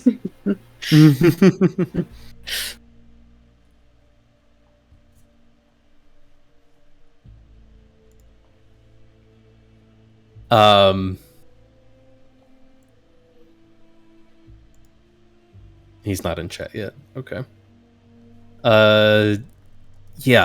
If you stop focusing on the ground so much, stop looking for like signs of creature's passage and start focusing on the blood. There is a lot of it. Hey, Mark. Yo. Mark. Good to have you with I'm us. typing up a summary for you real quick of everything that's happened. Oh, cool. You start focusing on the blood, and you're looking around at the smears of blood all over the trees, and suddenly you see Safine coming up the trail behind you. Ah, I almost had it.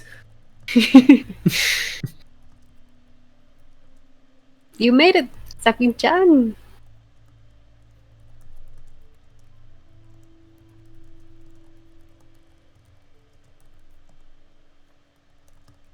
He's still rousing. That's fine.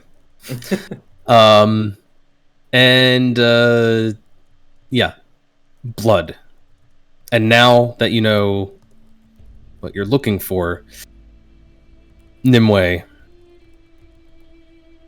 Ryland, with your passive perceptions, you're able to start picking up a spattering of blood here and there on some of the trees further away from the actual site of the battle here.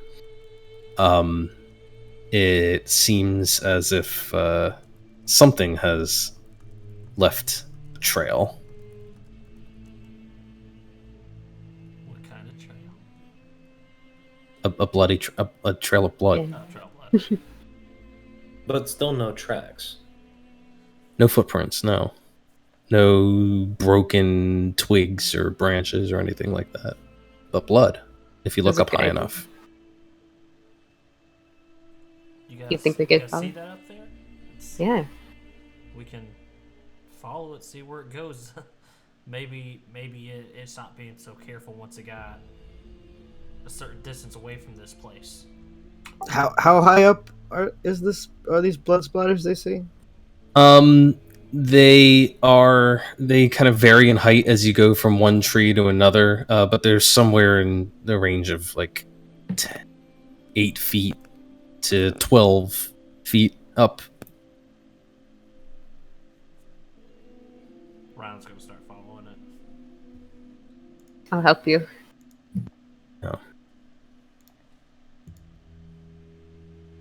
You start following them, and you get about 100 paces away following when you can see the clearest marking of blood yet. It is a bloody handprint. That the palm of the hand is larger than your entire head, and it's wrapped around the trunk of one of the trees. You can see that the tree trunk has actually been like splintered and bruised, as if the hand had gripped it and partially crushed it in passing. And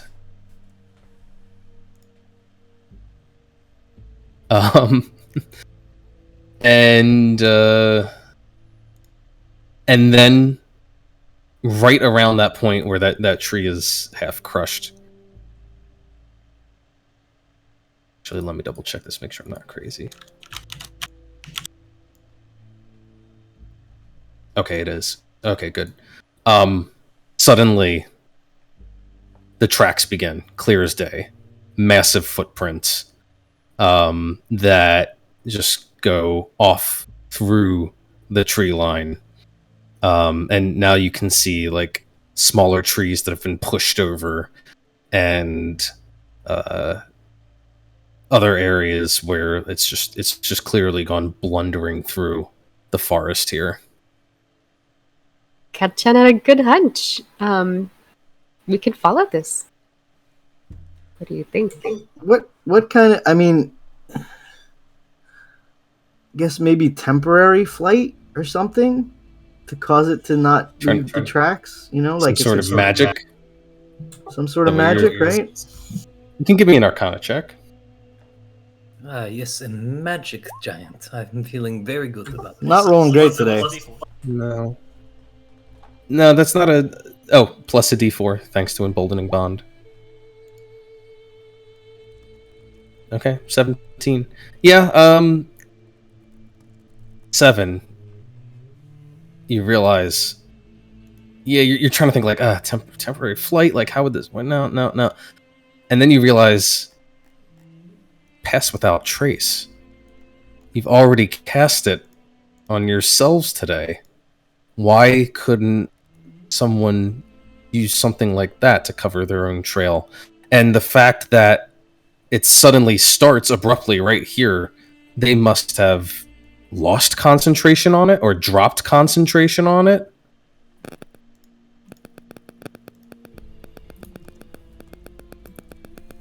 Great. We're not just looking for any regular giant. To be some kind of shaman or mystic. This thing knows spells.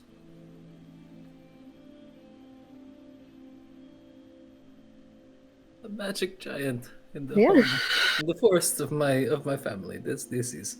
On the This bright is- side, at least it's not poachers.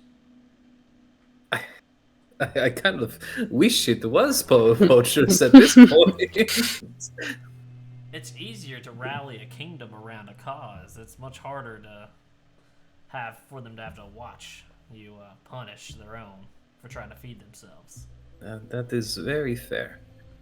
But I hate to ask this, but does anyone here actually speak giant? no, No, but I do have tongues. I don't. That's good. And I have it prepared. So if we meet an orc or a gnome, I got you covered.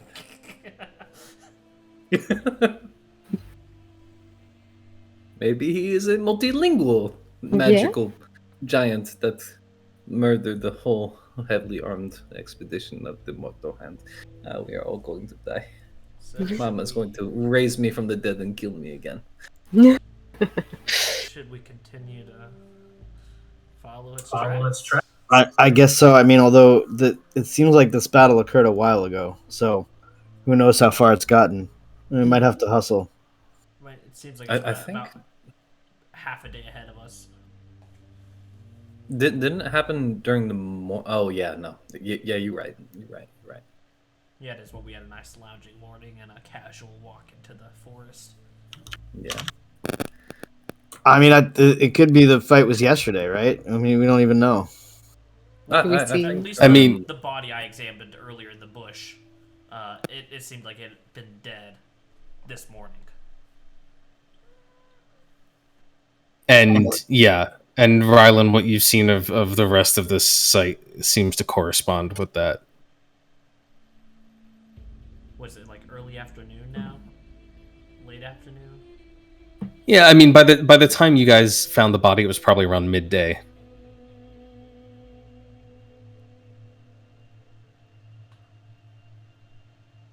So I know it's got bigger legs than us, but I think we might be outpacing it right now.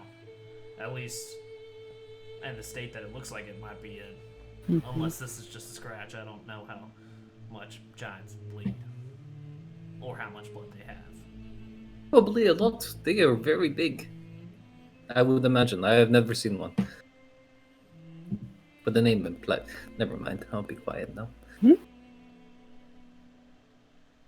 Well, its blood trail is all we have to go off of. So if we're gonna try to track it that way, let's hurry.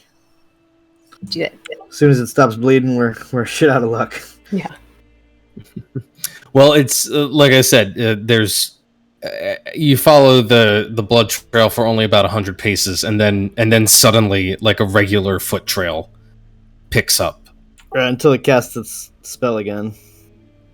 It could. Right? Or if Yeah. it If it casts again, then the regular trail could disappear. We have the benefit of it not knowing it's being followed right now, though. Yes, maybe it believes that the only expedition to come and seek it out has been killed. Maybe we could find it with his guard down.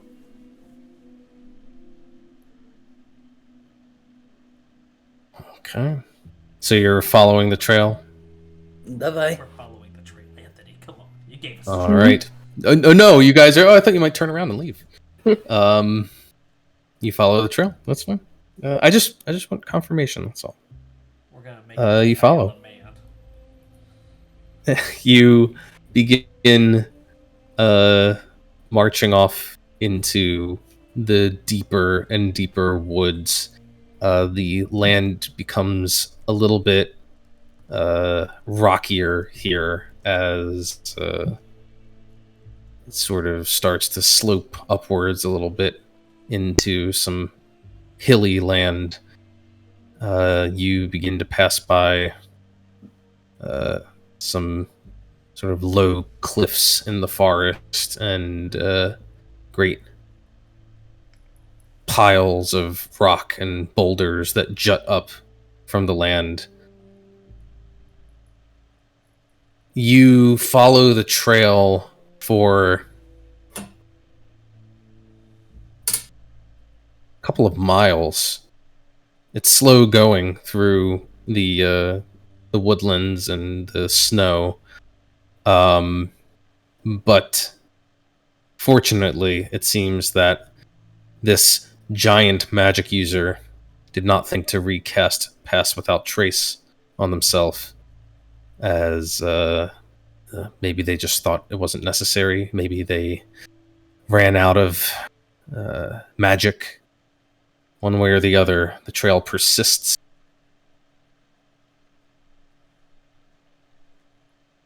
Until you hear something in the distance. The trees are beginning to thin out just a little bit, get a little sparser as you're heading up a slope into higher hill land, when you hear the sound of something retching, echoing through the trees.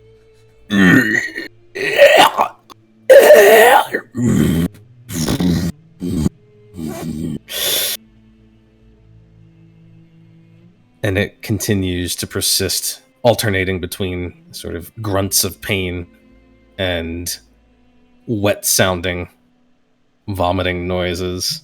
That's okay. All good. As you come between the trees. Oh. Ha. I like it. I'm all good. Let's see, Katerin. Nimue. Why are you on the hidden layer? Always Ryland. hidden. Safine. I suppose there's no reason why Pass Without Trace wouldn't still be active, right? It's an hour. That's an hour.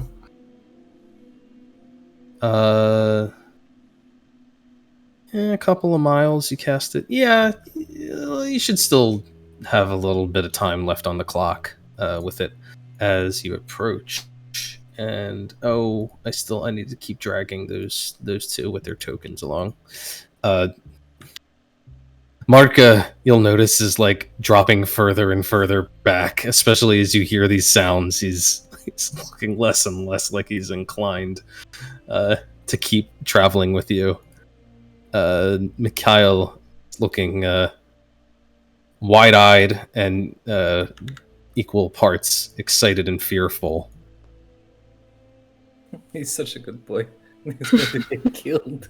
He's like gripping his spear, white-knuckled. But here is what you see.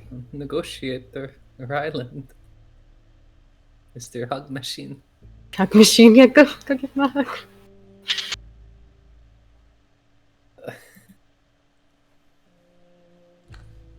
In the afternoon light, A bad time as to the tell you. day is wearing on, I'm not great at persuading people. I can help. you see in the faint wintry afternoon light this massive, long-limbed, lean-looking, hairless creature. It's on one knee, and it's kind of got one arm up, bracing itself against this short cliff here, as it is doubled up, hunched over, and seems to have left another pool of vomit on the ground here. Actually, you know what? You guys should give me some stealth rolls now. Have you been whispering them to me, or have I been? I'm supposed to roll them for you, aren't I? Mm. That's how we're doing this. Yeah, if we're sneaking up, you roll them. We just get a +10 or whatever. Yeah, I mean, Pass Without Trace has been active this whole time, so I was assuming you guys are kind of like moving quietly. Let's see. Cat. Just, you know what? I'm gonna roll. Just call out your modifiers. Cat, what's your stealth modifier?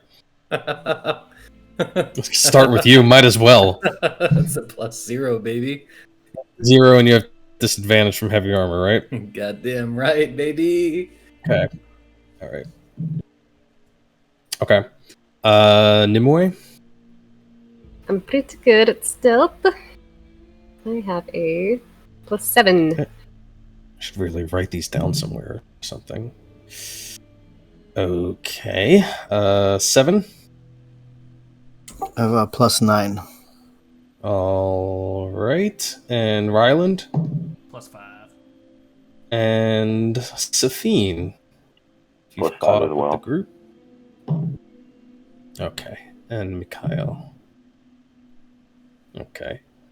Marka. All right. Okay. Yes, it seems that as you get within range to spot the giant, it is too busy with its cramping stomach to pay attention to you.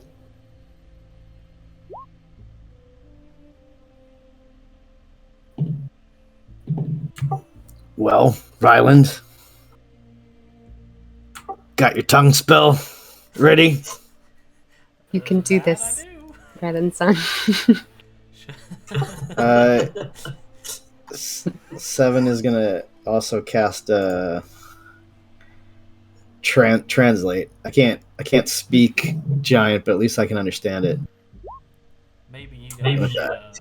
stay back here, and I'll just go forward. It'll look less intimidating if it's by myself, and at least 7 can whisper what's happening. And I'm gonna cast tongues on myself. Give him the good old friendly Nailo hospitality. How Do you have far a big away is enough pamphlet for him? How far away is this giant from us now? As far as he is on the map. We're not on the map. Not looking at the Yes, map? we are. I'm not on the map. I'm on I still see the clearing I still see with the blood.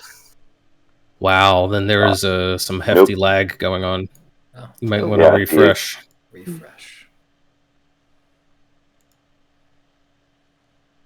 It's one of those big boy maps. It's not that No, big. not really. But I did notice Roll20 was lagging pretty hard earlier, so I don't know. Oh, fuck, that's a big boy. You're 80 feet, right? Okay.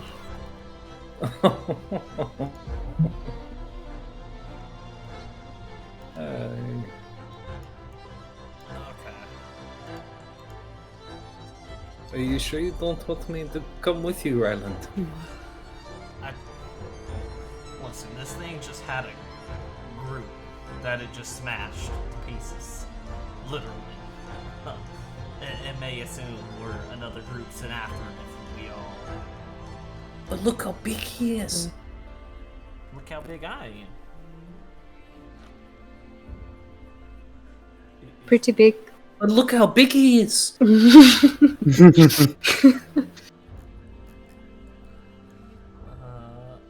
so... With that said, Ryland is going to push by the rest of the group here and kind of make his way out. He is not trying to be.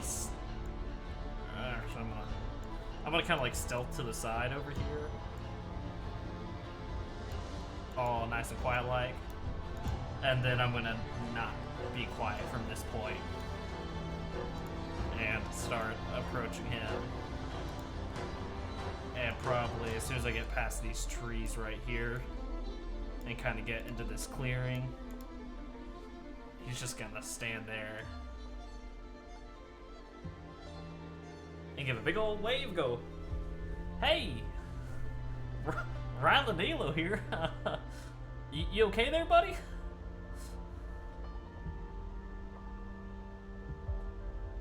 It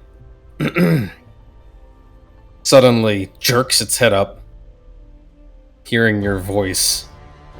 It quickly wipes the vomit from its chin. You can see that it looks bloody, and still crouched there, it opens its mouth and bellows out a roar at you that resounds all through the woodlands here. A flock of birds rises up from the trees, calling as they flee. I'm just gonna raise my hand and be like, "What? Hey, buddy, it's... I was just walking, and I saw you. You look like you're in rough shape. Do you need The giant help?" The giant begins to rise to its feet. And Ryland, as it is picking itself up, you notice out of the corner of your eye movement. No. Fuck. Up against the cliffs, further to the west there's another giant. It was sitting motionless before, lying up against the rocks and blended in perfectly with the craggy edifice until it began to shift and move. And it looks like it is trying to move slowly, subtly, reaching its hand towards a boulder lying on the ground next to it. Okay, at this point... Oh, wow. I don't know. Oh, there it goes. Oh, wait. I don't know. It scrolled up. There we go. I'm on a thaumaturgy to increase the loudness of my voice so this guy can hear me on the cliff. Like, oh, whoa, hold on. I'm just... This guy... Do you want me to help him? He looks injured. He looks like he's in bad shape. Listen, I'm standing here. Hands up, no boulder, please. I'm just... You guys look really cool. I'm just a traveler. The giant takes a step forward towards you.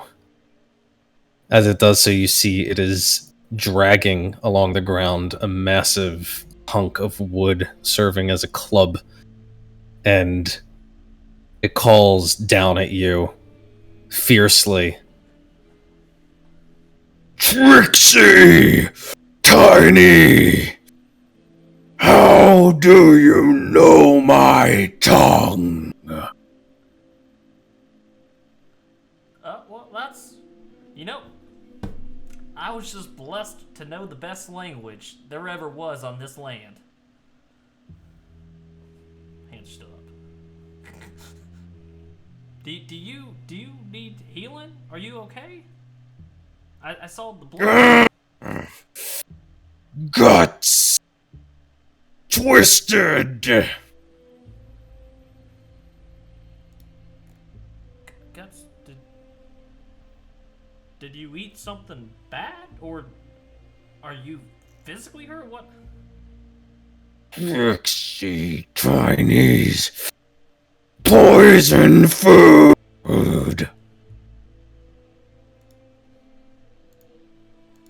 Well, poison's no way to be. Do you Do you want me to try and help with that? I can probably, fix that for you. Tricksy Tiny. Tricksy Tiny. He's getting frighteningly close. Tiny fix. Ryland, I'd like you to give me a persuasion roll. Come on. You might want to pull out that inspiration if you got it. Yeah. Yes.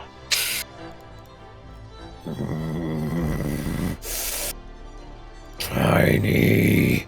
You see the giant striding towards you closer and closer, hefting that great club.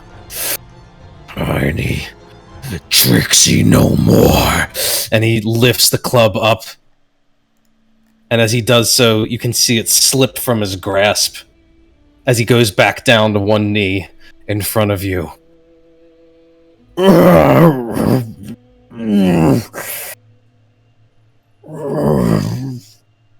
Damn you! Weak! Now, hold on a second. Hold on. And Ryland's just gonna reach a hand out. I guess I'm probably gonna touch like a toe or something based on his height. Or if he has a hand on the ground. He's like on hands and knees in front of you now. And even like on hands and knees, his head is still above yours. So I'm gonna get down, basically on my knees, and outstretch a hand onto his own, looking up at him, breaking my freaking neck, and use lesser restoration.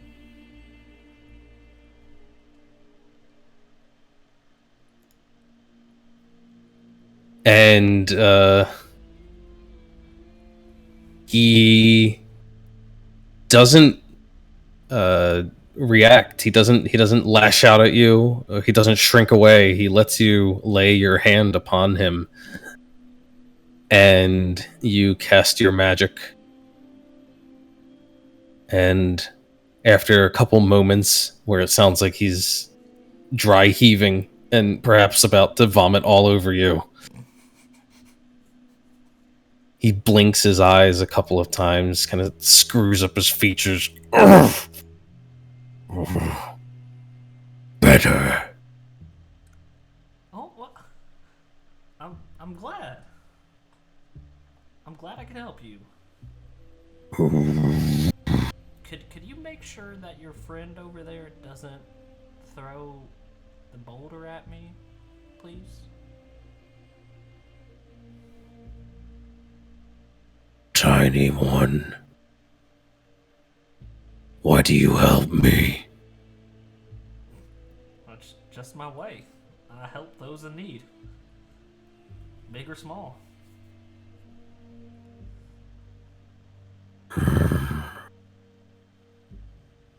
Not like the others. No. You are not like them. It sort of picks itself up again off of the ground, gathers up its club, and as it does so, you see it like make a gesture back, and the one that was putting its hand on the boulder relaxes its grip a little bit, and Ryland, you see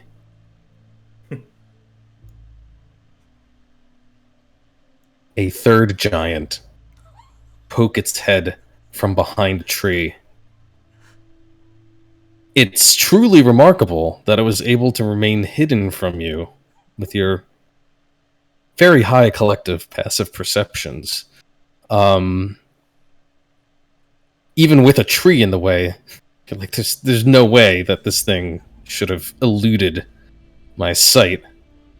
But now it pokes its head out and seems almost curious.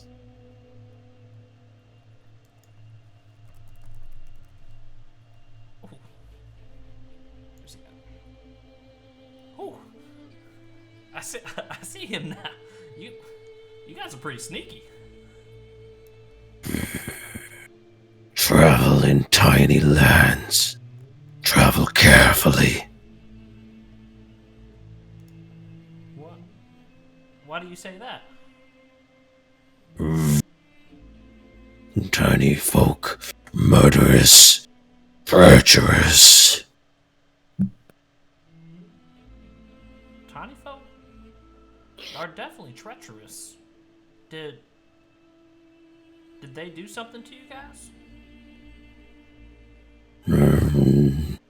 Sneak into our camp, resting. They come, they poison food. We grow sick.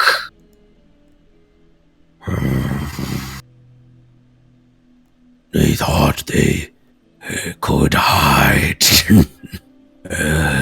Could not hide from her. He says, and points back to the one standing sort of up on the ridge line there.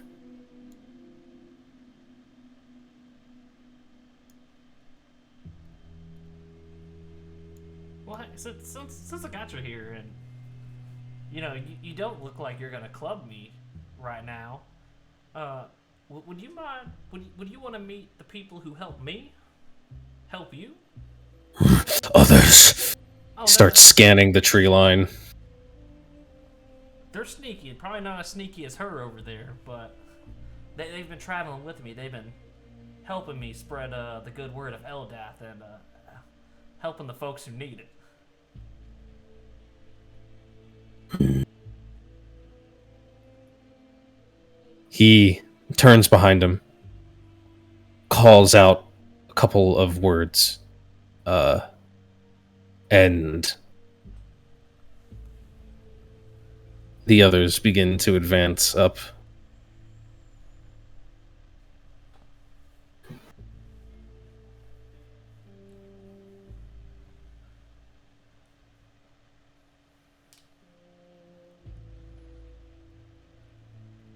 Show us friends. Yeah, absolutely. They're so fucking big. I'm gonna turn around, look at the trees, be like, "Hey guys, you can come out." And I'm assuming Seven's been just translating this entire conversation to everyone in the back. Yeah, I have been whispering what they say, but I'm gonna drop the pass without trace, and I will begin to walk out with my hands up in an obvious sign of not gonna get all stabby on you. As the pass without trace comes and you become all immediately become more apparent, the one in the back kind of puts a hand to her brow, almost as if in an exaggerated gesture of surprise, and says, Oh! Magic! Tiny's clever. I like her.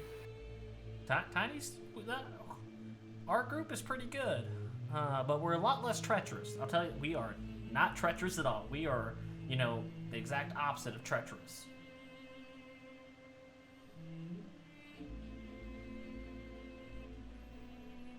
Seven, if you need me to relay anything, you just chime in. Oh, sorry. Let me make introductions for you guys and ladies. Over here we have Cat, Nimaway, Safine, Seven, and then a couple people I just met this morning who are lovely conversationalists. Mikhail and Marka. He just makes noises. Markov says with great alarm. With great alarm.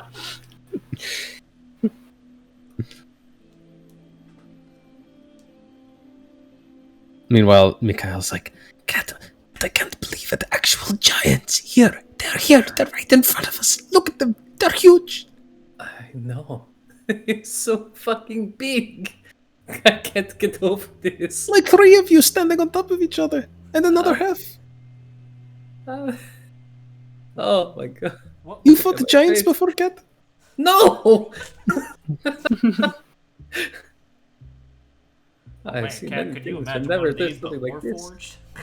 Whoa! Oh, Yeah. Ryland, we need to know what brought them to these lands. Yeah. Yes. What? Ask. First off, what? Do y'all have names yourselves? My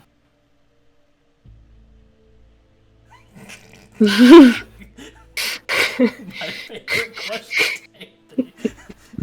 Guys, 20-minute break. Yeah. This one's granite, that one's limestone.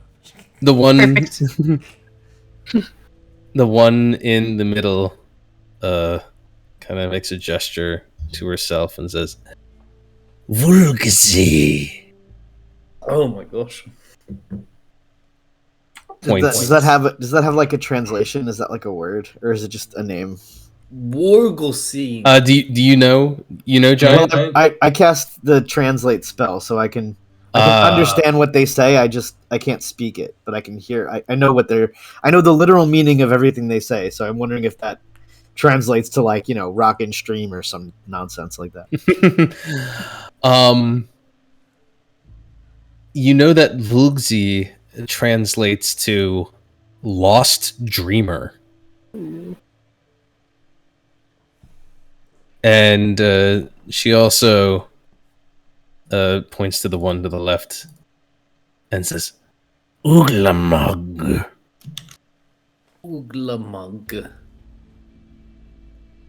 I think I'm picking up on this giant pretty quickly, guys. Which is something like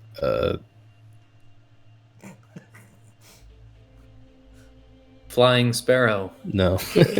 It roughly well, the literal translation is sturdy precipice, which you're not entirely sure you understand, but Oh no, I understand completely. She points to the one on the right, the one who Ryland helped, and she says, "Ogtag."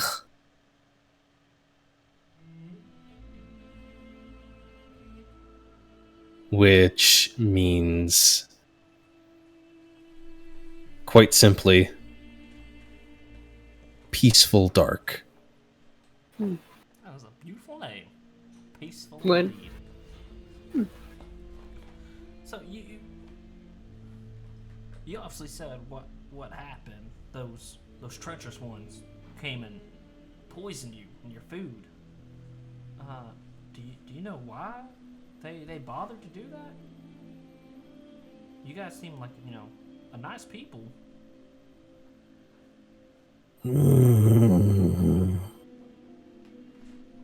I do not. We waited here for the call again. The call.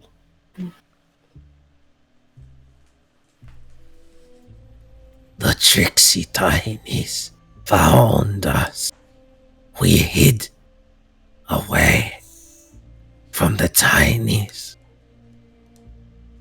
But they came anyway.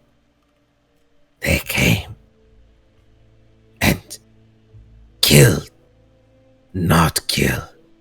We are strong, but they would kill.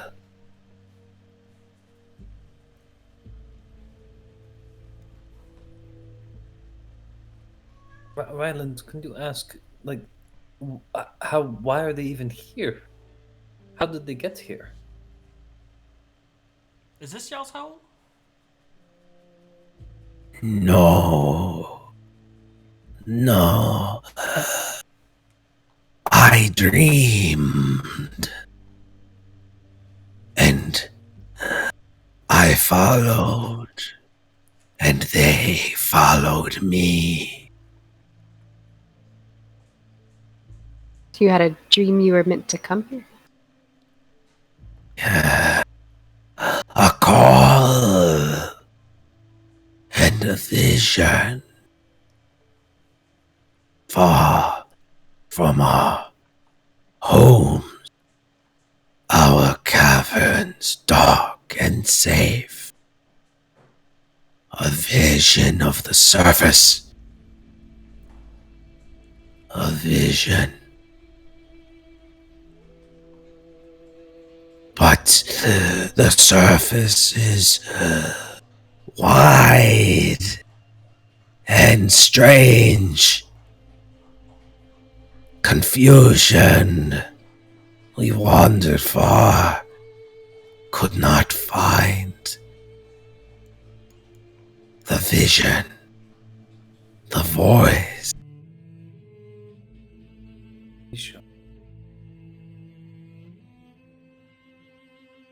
They keep saying a call, a vision, And something the called voice. them. A voice. Ryland, could you? Was it a beautiful woman's voice, like the most angelic sound you ever heard? A beautiful voice.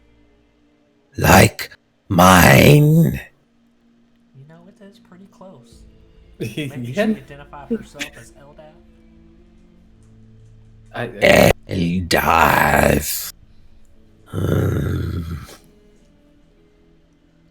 No. Do you all No. have someone that you worship or follow, or a spirituality, like where these dreams might have come from? I am Dreamwalker. I see visions of the surface, the strange. Nothing here is real. Yes, you are nothing. This. And she kind of leans against the tree beside her, and it creaks and groans under her weight. Nothing.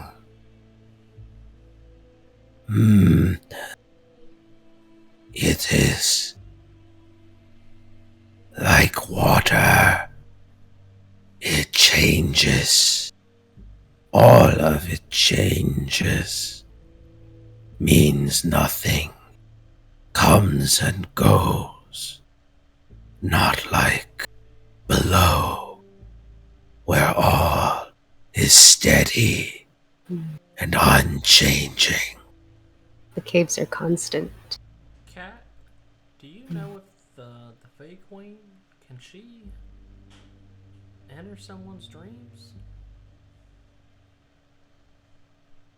I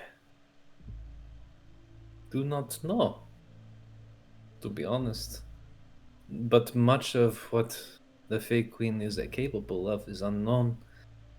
If you can ask, what did the voice call them for? Why? What are they? I'm still confused as to what this voice was calling them for. Why they were being called. To be brought from somewhere so dark, so safe, so unchanging, to here, it doesn't make sense. And I don't know why the Fey Queen would bring them here. Or even further, why her servants, the Mortal Hand, would then be hunting them. I think maybe she considered him a threat. It's possible. Why else send the Mortal Hand after him? Draw them out and then hunt them. You think? Just ask them if they know the one who rules these lands. Do they know of the creature we call the Fey Queen? Oh, I'll relay it. Or Rusalka, or whatever we call her. Ryland, you kind of ask them, Fey Queen, you know? They seem confused by the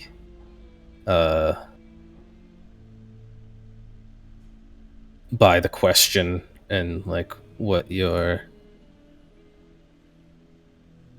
asking them. Then, finally, Ogtag over there grunts out with an angry sort of breath. Jesgar. And Vuglzi nods. Jesgar. As you hear the literal translation of this word 7, it doesn't have an immediate translation into the common tongue, but the nearest words that come to mind are thief and usurper. Oh, that's it. She's going down. Oh.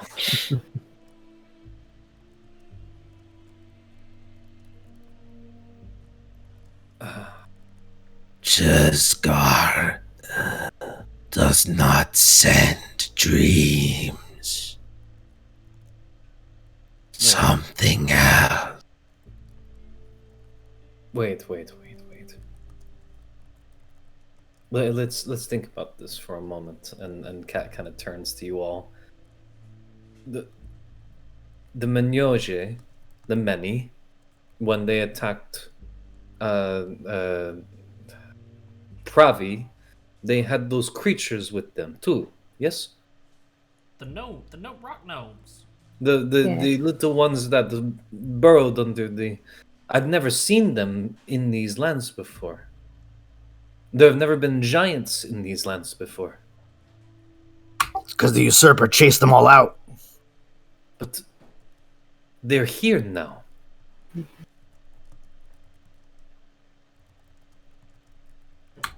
So the only question is, who sent them the vision? Why surface now?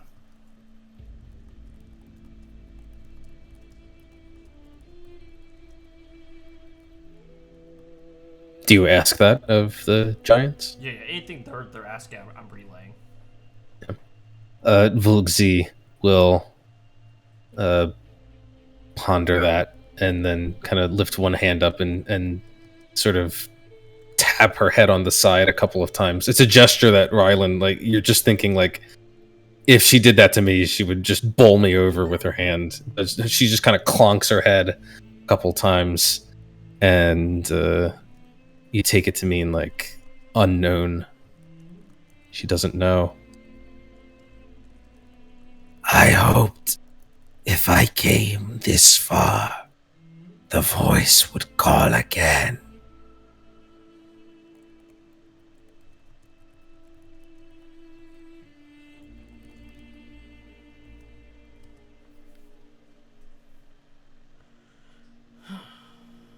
Well, this is certainly a treacherous situation. I'm glad we could help you out, though, in your time of need. Will you be returning to your caves, or do you plan on staying here longer?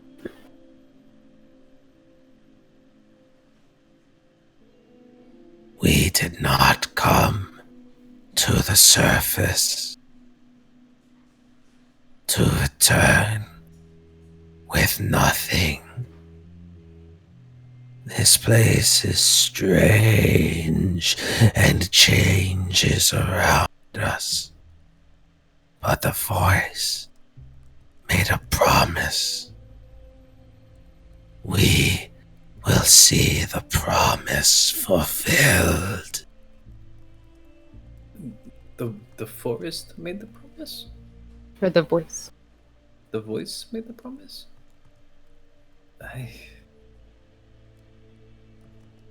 Jesgar, no more. That was the promise. Oh. Mm. Oh. Okay.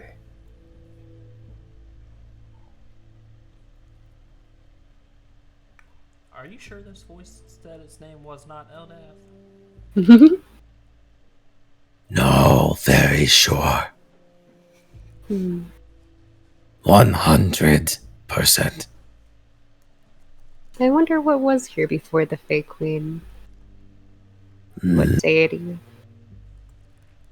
Or power? We were here. This was your lands.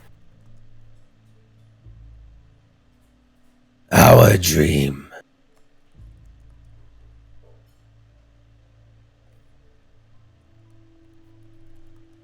Well, this keeps making more and more sense to me then, right, Seven? Makes perfect sense, but we haven't actually solved the problem. No. As long as they're here, they're going to need to eat. And as long as they're here, the agents of Olsgath Gonna keep looking. are going to keep looking for them. Mm-hmm.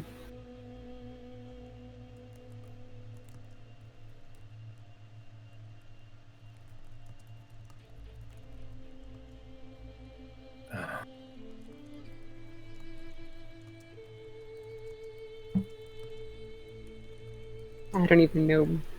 If the Moto hand is already hunting you, then I already know why you are here. Mikhail, What? What? you've heard this conversation. These giants are here. Your people are not equipped to face them or chase them away. What would you do, were you lord of these lands? What? Is it, what do I do? Stop mumbling, son. I asked you, what would you do? No, Think about it. Make a decision. Be bold. Protect Uncle- your people. Uncle Protect Lev your lands. would probably Uncle Lev would I don't know. But what would maybe, Mikhail do? There's no wrong answers. You're creative. You can do this. He kind of looks to Cat, like, You have to understand the reason why I've been so cagey about whether or not the Fey Queen is good is because the family, and she looks to Mikhail, owes everything to her. And we were given these lands, and she looks over to the giants and back to Mikhail. What happens if they come back? We can't fight against them. They might all just wipe us out. I can't speak for you, Mikhail. I guess I'm as unsure.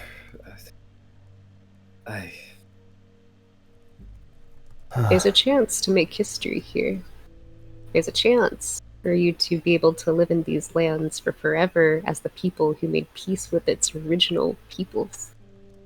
Original peoples. That's And she kind of shakes her head. that's a lot. That's a lot. I've never done anything like this before. Uncle Lev makes all the decisions.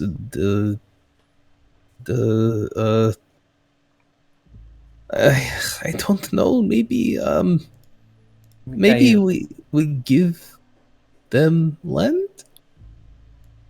that But It's a good thought, but your ruler probably wouldn't allow that.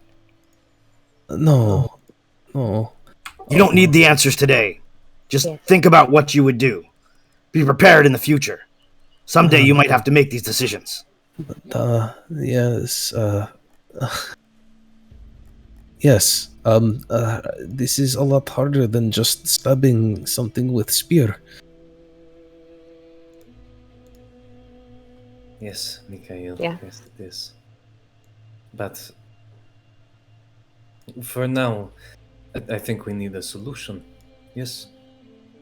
They clearly cannot stay right here. But perhaps until this voice calls them again, they can move somewhere else. Because our people need food as well. Yes. Yes. Yes. You can hunt somewhere else. It is not safe for you to stay here. He's trying to explain in common to the giants who just look at him.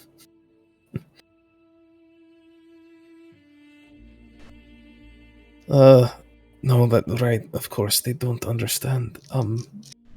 What would Borislav do, Mikhail? Papa, he, well, you mean Borislav before or Borislav after? Before.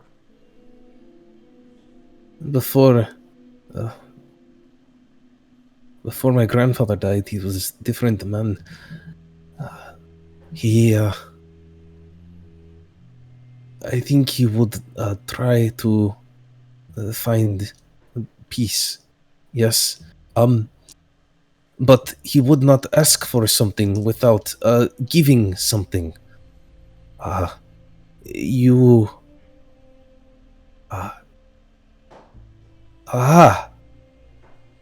What if we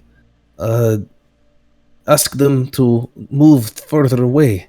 Yes, away from our Visegrad, but we tell them we won't let anyone come into the forest so they can be safe.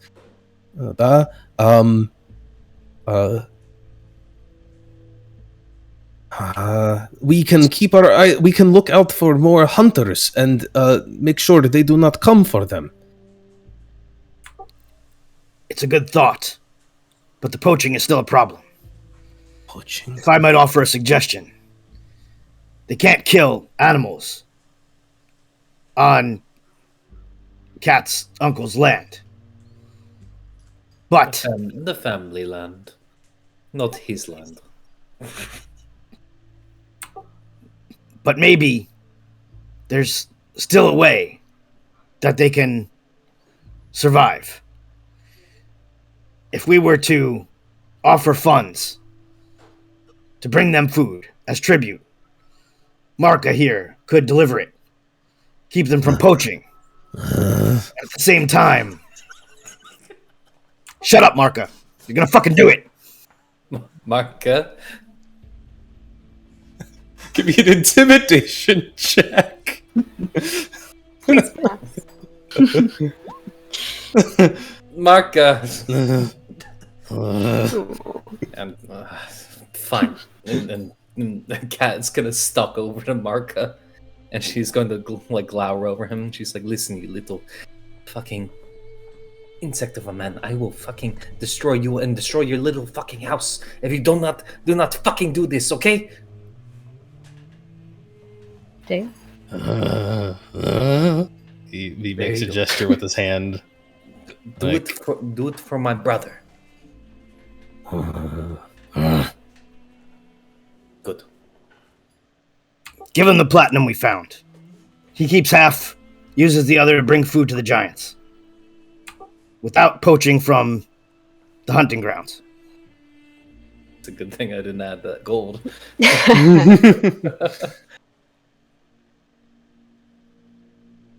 Ooh, he could have all those traps. He could have all the expeditionary gear, huh? Marka? Did you see how big that trap was? It's a pretty big trap. You could probably get the whole bear in there. He points. He's pointing at your pack, 7, where the hat sticks out. He wants the hat? He wants my fucking hat? What about that fur thing he's got on his head? You should trade. You should trade. For no. But I like mine better. Oh, fucking. The hat, though. Ah! Seven grunts, pulls out the hat, points to Marka's head, and he's like, "Here! Fucking take it!" Catches it. Could I take the hat? Puts it up. He'll toss his hat. I'm gonna take Marka's hat and I'm gonna like bounce over to 7. Don't you fucking get near me with that fucking raccoon. Oh, come on, Seven. Keep that corpse off my head. Can I put it on your head? I just want Cat, to see there's, what like- you look like with it. There's lice climbing off of the hat onto your hand. Please, just let me see you in the hat. Later. Not now. Okay. I should probably wash this hat. Marka puts the wide brimmed hat on, kind of regards himself. Sort of Dashing. straightens out his coat a little bit. And I'm gonna take that as agreement, and I'm gonna ask Ryland to translate our plan to the giants. They keep off the hunting ground lands. They avoid people with and they hold up the pendant. They avoid people with these stupid symbols, because they're agents of Ulzgath or whatever, and they they wait for their vision to happen, and we keep the peace. Can you add in don't go near Visegrad? Also, don't go near Visegrad, please. Thank you. We will stay away from the tinies and their wooden caves.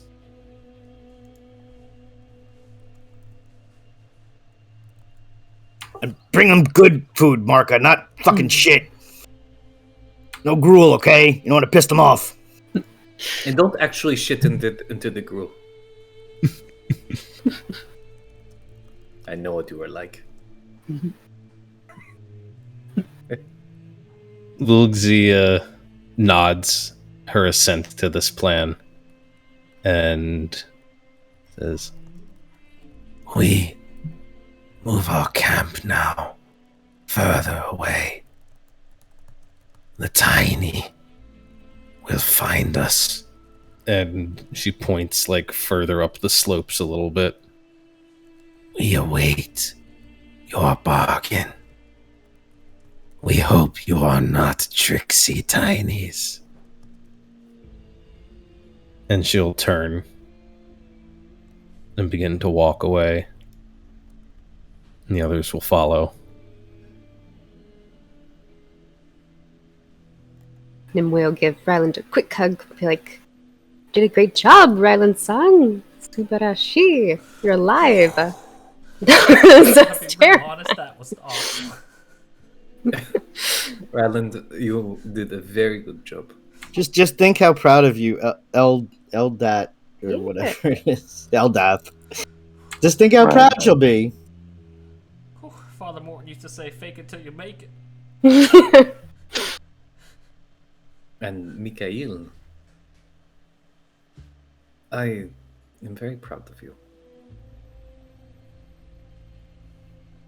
It's a good lesson to learn that not everything needs to result in violence. You don't have to be like your sister. Yes.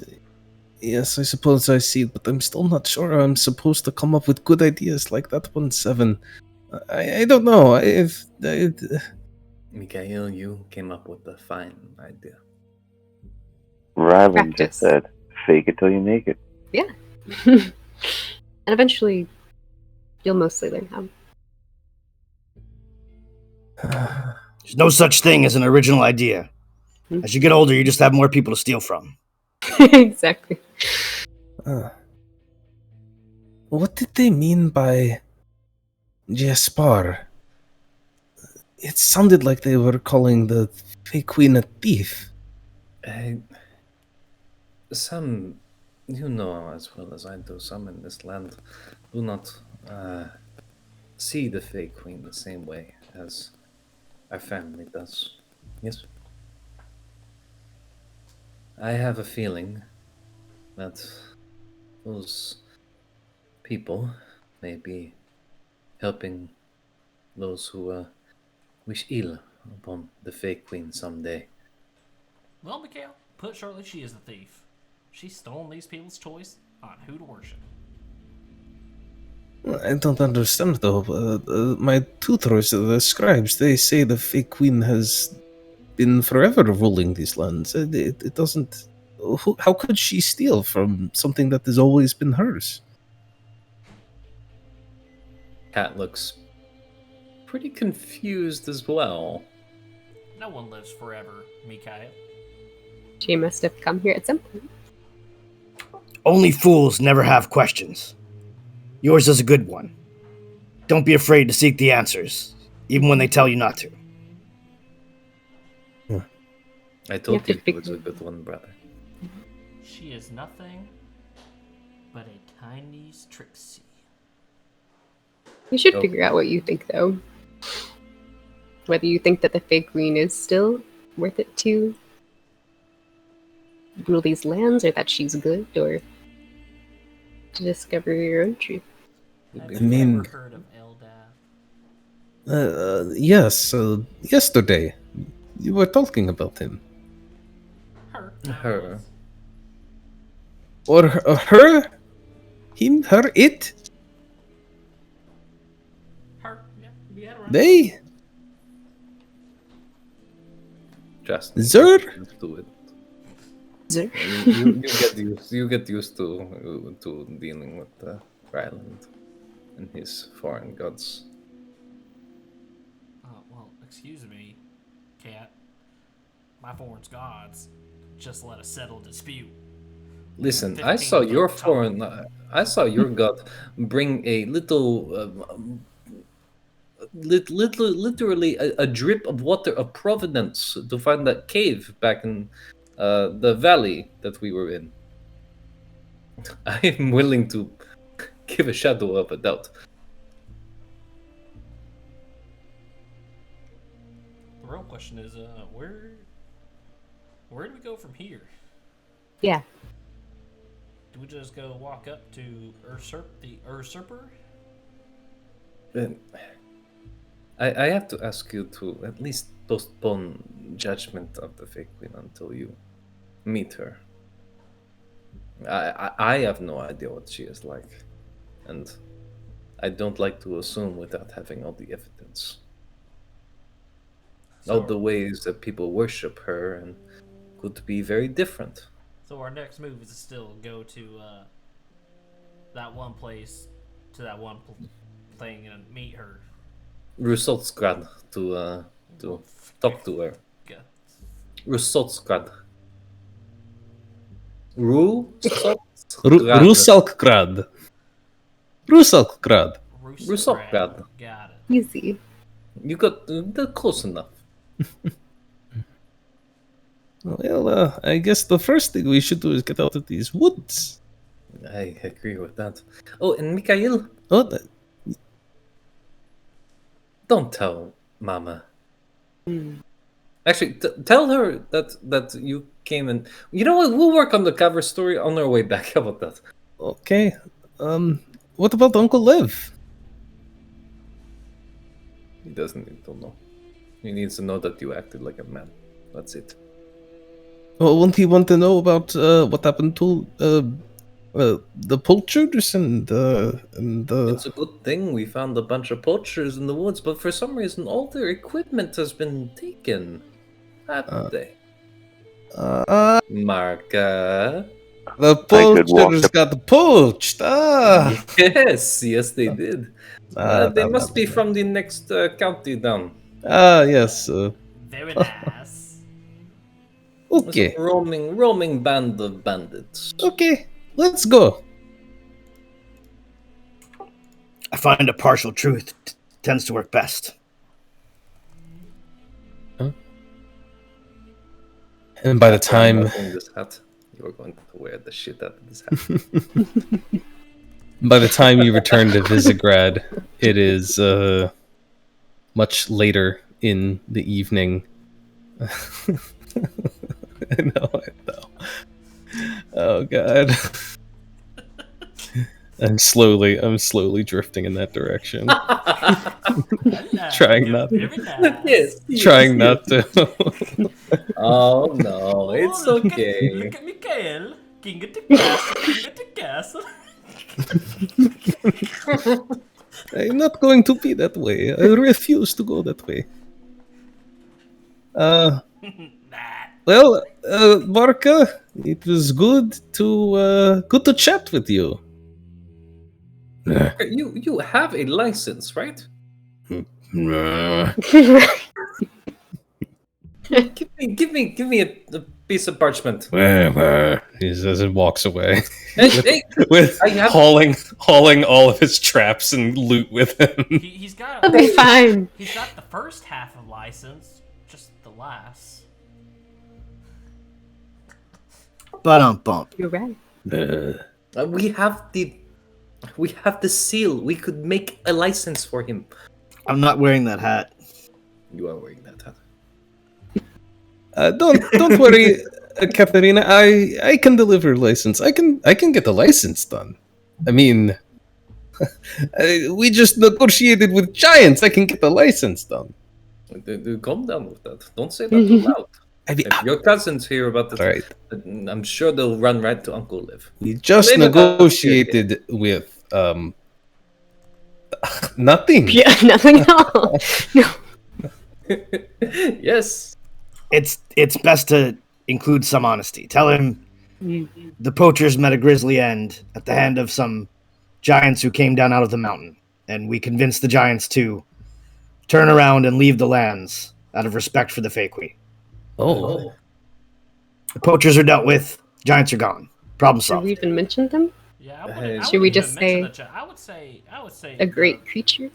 If I know Uncle Liv, he would want to organize a hunting party to track them down. I would say just a Fey forest creature took its revenge for their untimely deeds in these woods. Well, you know him better than I do. Yes. So for that, I would say that we found a party of poachers mauled by a few bears. That's it. I don't. bears. Yes, Yes, bears. They were all in their sleep sacks. they were all bears. They looked like little sandwiches to these Very Hey, large what are you all talking about coming out here so late? bears. Just a couple Okay. of bear sandwiches. Yes, themselves ate in the woods. we found the poachers, and they were all dead already by giant bears. Giant bears Yes, killed yes. by giant Biggest bears. bears I've ever seen. Big, very big bears. Oh, big bears. Big bears are big belts. Yes. Ah, no, they are. Big bear prints. We saw big bear prints. big. Belts. Yes, The bears were not there. the bears are long gone. Uncle Lev, we know how much you like big pelts. We would have brought you back one if we had well, it's over and done with. Yes, it's over and done with. It's over. It's we did. We found them. So it's And Mikhail, he performed very well. He reminds me of you, Uncle Liv. You know, when you didn't have so much of the wound. You know. There it is. There is my nephew, he says, and he comes up and he like pats right on the cheeks. There you are. Yes. You're going to be such a great lord of Visegrad. One of these days, when you are ready. You're getting closer. Soon, Mikhail, soon.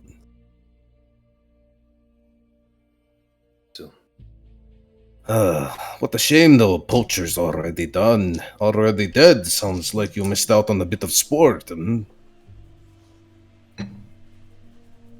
good thing is the. Oh, sorry. Go ahead. No. Go ahead. It's fine. The good thing is that we'll have plenty for the predators to be drawn to.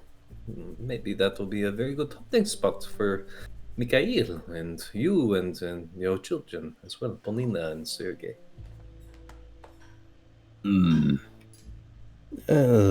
We shall see. I do have to thank you for helping Mikhail here with finding out what this is all about. So shame that it sounds like a great big hike and nothing more exciting, but still, allow me to offer my thanks to all of you. Yes, I would not have it said that the Melnikov line is not generous with the gifts given by the Fey Queen.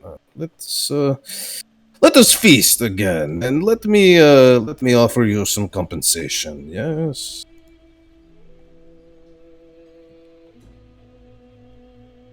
I cannot accept compensation, but please, for my friends. Uh, yes, of course, of course. You, I think you can afford to help out a little with the chores around Visegrad, Cat. But the others, I cannot ask the same of them here. And he is going to kind of call up a footman and have them make a run out. They'll come back with a bag, and he empties out the bag into his massive palm, and you see these great big sparkling gemstones. Says, each of you pick out one you like. Wow. Well, what you got? Well, let's see. I've got looks like sapphire, the opal from the far east, and here is a diamond, and over here another diamond. Here, fire hot sapphire. Yes, and he refers to like this deep red gem that almost seems to have like orange streaks in its heart. They say it is good luck for alchemists. Hmm? I'm sold. Right? Like, it sounds perfect for you. Take here, this one just for you. Gratitude. Ah, acceptance. I'll take one of them diamonds. Yeah, how many diamonds are there? You want the diamond? Do you each want a diamond? I've got a couple here. Here, take this diamond. You don't happen to have something emerald, do you? Emerald. Let's see. I think. Oh yeah, look, it was hiding under the others. Emerald, here you are. If I do have to say so myself, Thank you. I would have to say this looks identical to probably worth about 300 gold pieces. Wouldn't you say so? Oh, 300. 300. Do you think we're paupers? How do you think I treat friends of Ekaterina? No, each of these is easily worth 500. 500? Uncle 500. Lev. Uncle Lev! Do not sell our own family fortune short now. No, the Fey Queen has done well by us over the years. This is nothing. This is just a thank you, please. And, for looking after my niece, as you have. That is means Lev. This is so much better than a ratty old fucking hat.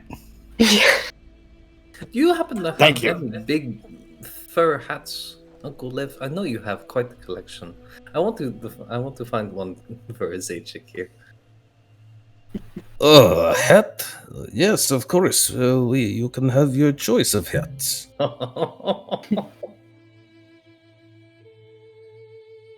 Cat's just joking. She knows that every time I go to put on a hat, it mysteriously catches fire. Okay.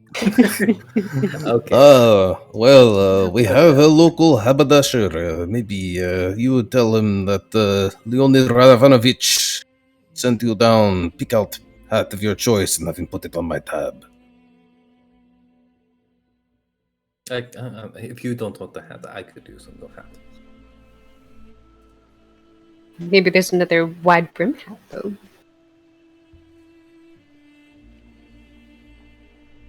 It would be good to block out the sun. Yes, like when you are herding cattle. You know, like a cow. When does Cowboy? a cow block out the sun? No, it's good when you are herding cattle. That's Very big cow. Maybe no hats. The trees are my hats. You're a strange bunch. But I like you. So do come in, wash yourselves up. You stink. And then we will eat more.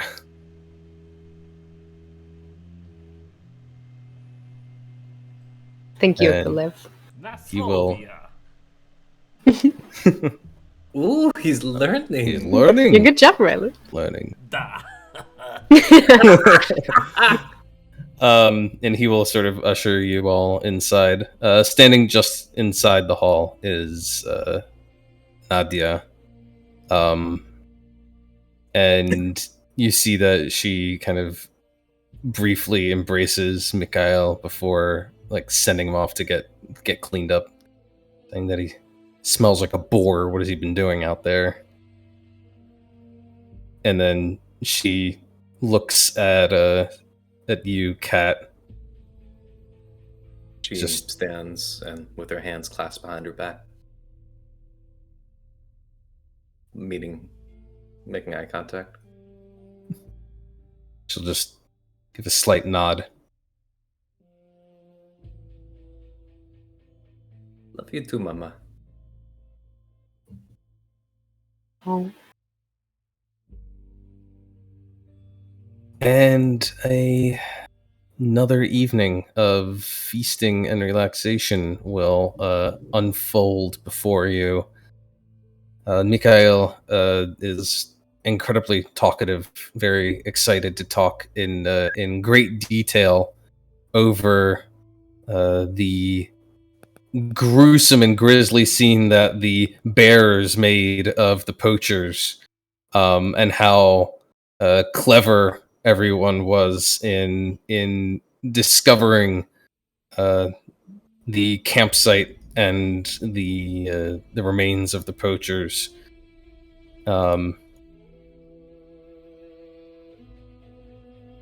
Polina excuses herself when she hears that a bunch of bears got the people.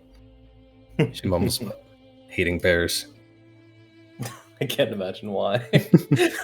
Uh, but he's I mean, he's always talkative, but there's a newfound confidence that you hear in his voice, Kat, that you don't really remember from his younger days as you have this discussion. And Uncle Lev is kind of sitting back the entire time listening to him and stroking his beard, praising him.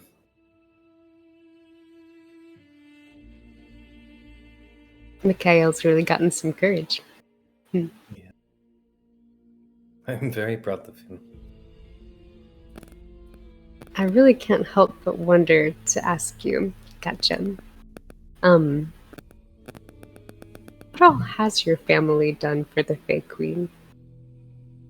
What do you mean?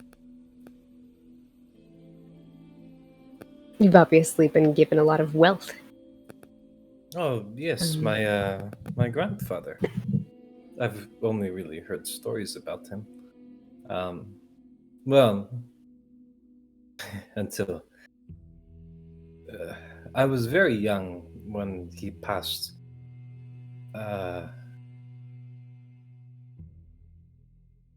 He cast a very long shadow on the family.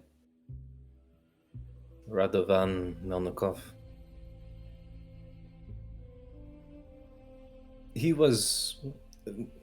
This was all told to me later by retainers and hushed tones whenever I went out privately away with my father, away away from the ears of my father, but he was a warlord, a great warrior, cruel man. But he was one of the Fey Queen's favorites. And as Uncle Liv told you last night, he served her until his death. And my father, Borislav, did the same. His father got passed. The only thing passed down from my grandfather was his sword. Actually, I have it now. And she holds up sword. Mhm. My father changed a little bit that day after he received this sword. But it's on the past now. What did you see What do you mean? when your father got the sword? How was he different afterwards? I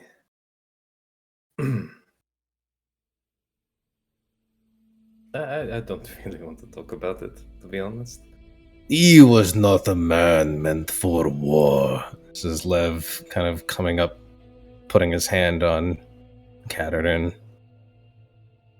Yes, I always thought it was such a shame that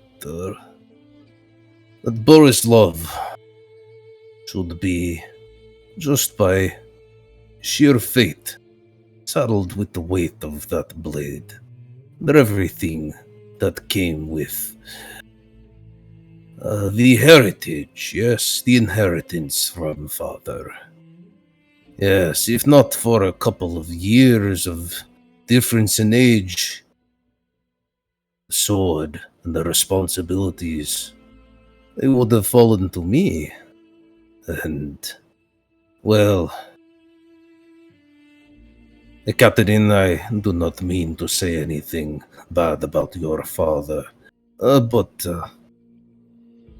I do think that he would have been happier, yes, if this thing had not passed to him. Cat just awkwardly clears her throat. I cannot speak for my father, uncle. I'm sure that Alexei would also agree with you. Sometimes, he shakes his head. You know that I care deeply about all of my family, but sometimes I look at Mikhail. Never mind. He has done well today, clearly. You have helped him. This is good. This is as it should be. Families should help each other. Families should look out for each other, yes? Always have each other's backs. Yes. He made Yes, some good sure. decisions in the moment. Good growth for him. Then I see you are rubbing off on him in a good way. I wouldn't say that. I'd say he had it within him long time. But now Never go- mind this talk. This is not how we should be talking. You have places to go. You have things to do. You have the Fey Queen herself to hold audience with. Do not bother yourself with a small family business like this. Please, Catherine. Surely you must be itching to get back on the road again. And she looks to all of you and smiles. I am, but I wish not to leave in such a dramatic fashion as I did last time. I wish to leave on amicable terms. You are Everything talking good. very, very softly, Cat. I'm sorry. I barely I hear wish you. to. My I ears wish, are not so good as they once were. I wish to leave on much better terms than I did last time. Amicable amicable. Where I feel like everything is, and she kind of meets his eyes, secure. Yeah, And in Yeah. its proper place. everything is secure, cat. It is as it should be. It is good. Anyway, Nice. please. You leave on the best of terms. The best.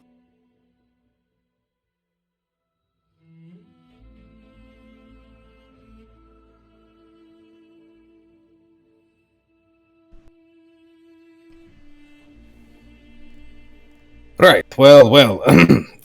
Let us get on with it then. You get a good night's sleep, yes, and in the morning we shall say our farewells, and we have no need to make them long ones, yes? Quick.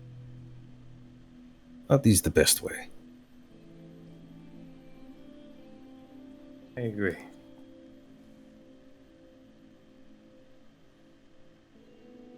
Perhaps And, Sergei would like to join us for a drink as well.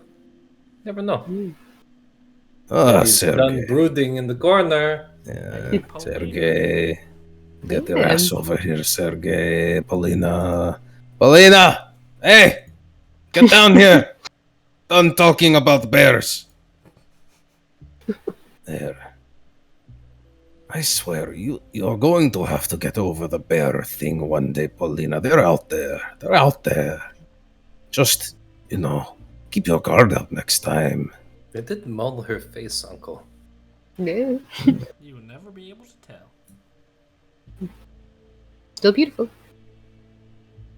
I told her there's nothing wrong with the scar, eh? But, I don't know. Well, I got plenty of scars from when Father Morton beat me. Ah, yes. Good That's not reminders serious. of lessons learned. That cane was a wicked thing.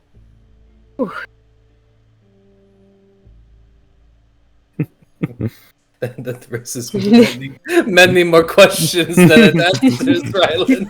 But okay. We have a list of questions. The cat has a list of questions that she's probably going to break out when we're all very drunk. It's going to be like, why doesn't Seven remember where he's from? Why did Ryland get beat so much? Yeah. Then when he's rebelling against who? And Safine? Just with a question mark? It's true. To answer your question, Mark, no, Greater Restoration does not fix like a scar or anything. I think you would literally need heal, Yeah. probably.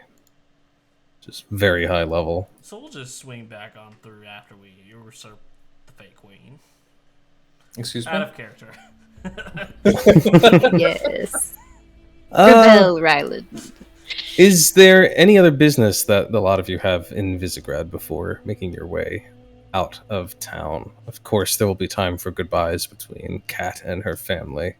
But anything else that you want to handle while you're in civilization here? No. Plenty of stores.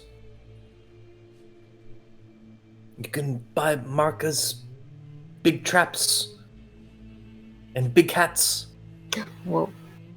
Well, of course, Mark has. He probably has at least one big rat. I don't know if we need to go on another shopping trip. What could Visegrad have that that one city we were just in, where we did a lot of shopping, didn't have? Yes, I highly agree. We are well supplied as it is, Oh my isn't it? gosh. It's, You just Zhurov. popped out of nowhere, Zhurov. I've been patiently waiting here for, I thought that this was just an overnight stop. I didn't realize that we were making a social call and that you were going to spend a couple of days here, but, You spent a day here, Zhurov. Calm down. 1.5. Counting the hours. I am just so eager to get us on our way to Rusalkgrad and continue along the road. Surely the carriage is well supplied with everything that we could need, so let's be on our way, yes? Great. I take your silence as assent. Let's go. What? Yes, okay. Yes. It's standard practice, you know? Nobody says anything, they clearly agree with you. Come on. I'm leaving. Goodbye, Zhurov. Daresh, that's where we went shopping. Yeah. We've been waiting in silence for Ryland to remember the city name, not because Zhurov was saying anything.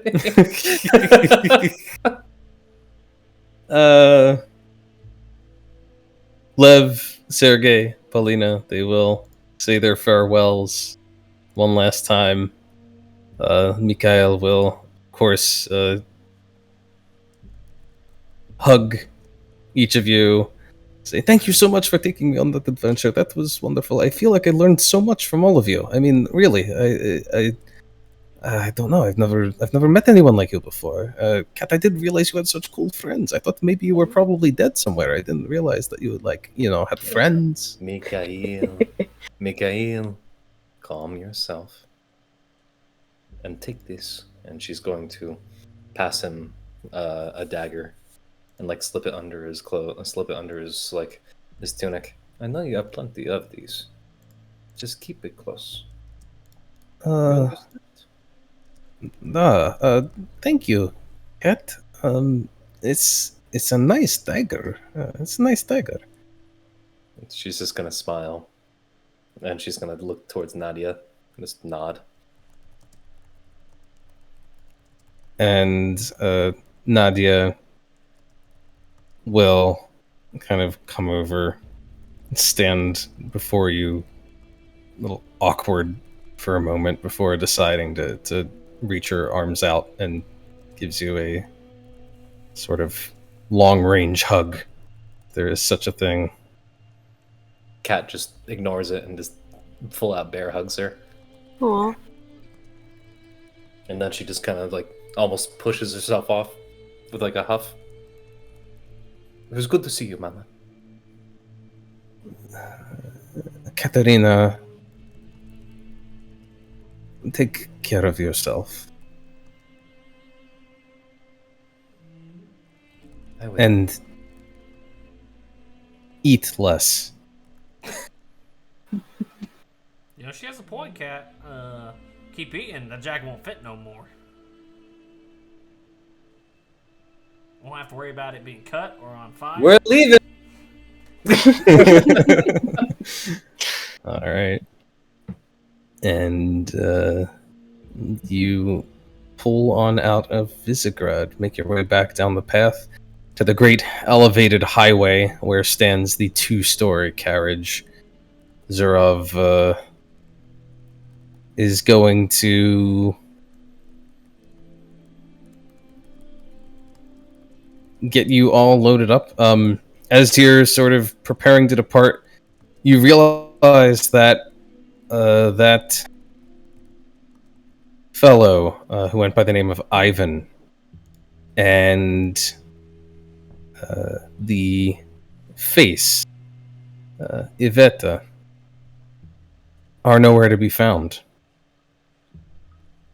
And Zhurov will explain, it seems that while you were, dallying about, visiting with family, they decided to get on the road, get a head start. They didn't seem to think that the roads would be so dangerous now close to Huzet Oblast, as we are, out of, the hinterlands like that.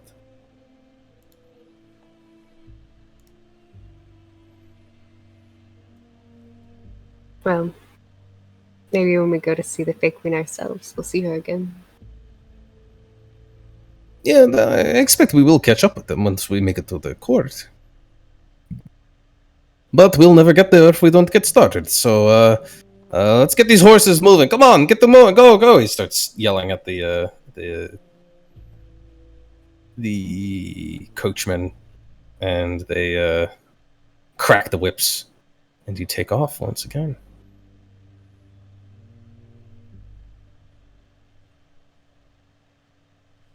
And from here at Visegrad, the road now splits away from the Orlenaya River and begins to strike almost due west. As you travel, you can see that you are drawing once again towards the mountains. Now, along here, they're known as the Prituluk Range. And they are quite high mountains that reach up to the heavens, not quite as low and rolling as the Scudums, which you were traveling along before. These mountains look truly formidable. And yet, as you travel, you can see that the road just makes its way dead at them. Doesn't swerve, doesn't try to curve around them. And indeed, the peaks are riven clean through by a straight and perfect valley that seems to have been hewn through the very range itself, making way for a straight road.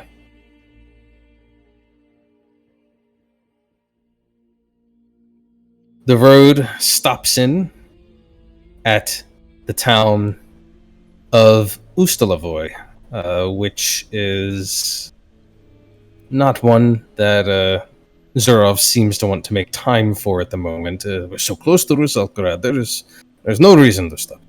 We will, maybe one day, we'll come back, but for now...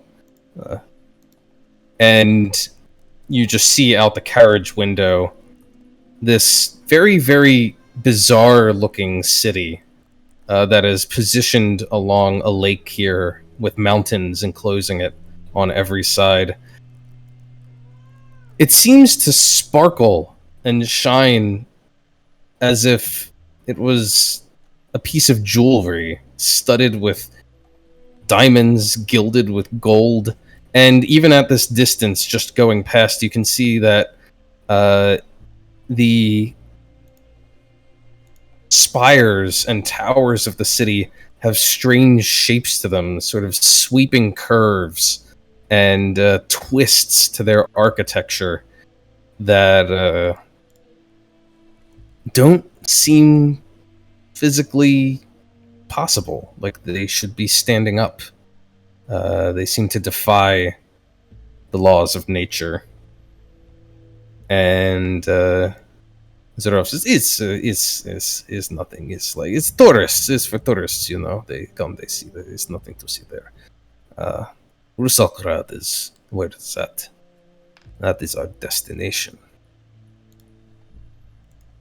And the road leads you north. After many days of travel, glimpsing sights out the window, the closer you draw to the capital city of Rusalkgrad, you start to see more and more of those signs of the Fey Queen's presence, more faces in the mountainsides, looking down from every angle. Sometimes, as you look out the window, you can see 3, 4 of them all staring down from their peaks.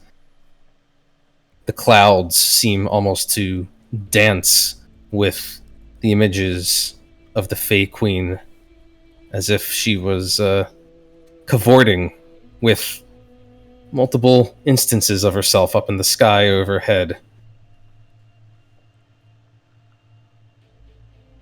And finally, your carriage draws through dense woodland,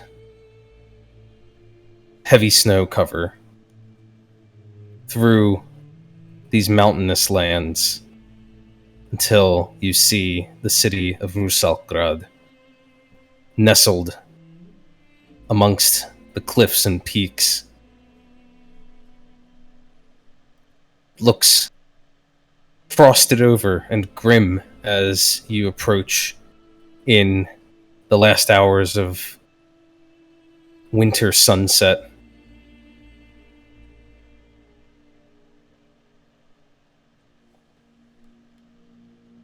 It looks something like this.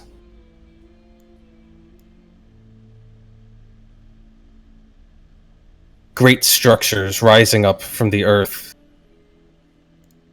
rising along a waterway here on either side, seeming to jut out of the very hills themselves, looking almost like mountains in their own right. In the foreground there, you can see a part of the highway that your carriage would come rolling up on. And looking down upon you from every tower, every edifice, statues, the aspects of the Fey Queen watching over her city.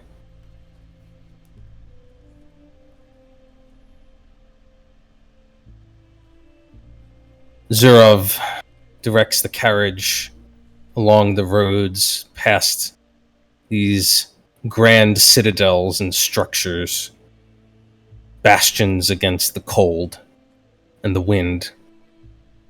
You pass through, at some points, narrower city streets where the carriage barely seems to fit. The coach drivers need to actually dismount and sort of force people out of the way, get stalls cleared out of the way, market stalls and such, as you make your way through narrow streets, clearing them of animals and children running around. And you push on and on. Zhurov says, "We are not stopping here. There is no need for us to stop here. We must present ourselves immediately. Shutovka Palace awaits." What? Shutovka Palace. And Shutovka Palace. I was going to ask you to say it again, because I'm never going to remember that, Zhurov. I was just going to ask why you guys have such complicated names for everything. It's not. Your words are all simple and dumb. What can I say? It is like, speaking in grunts all the time. I don't know how to do it. But Please don't antagonize our host. he yells out the carriage window again, urging the coach drivers faster. He wants to reach the palace before nightfall. You have to see it with at least some daylight. It would not fitting to see first view in the dark. Come on. Hey, get out of the fucking way! He's yelling out the window, ushering people on. Language, good sir. Nah.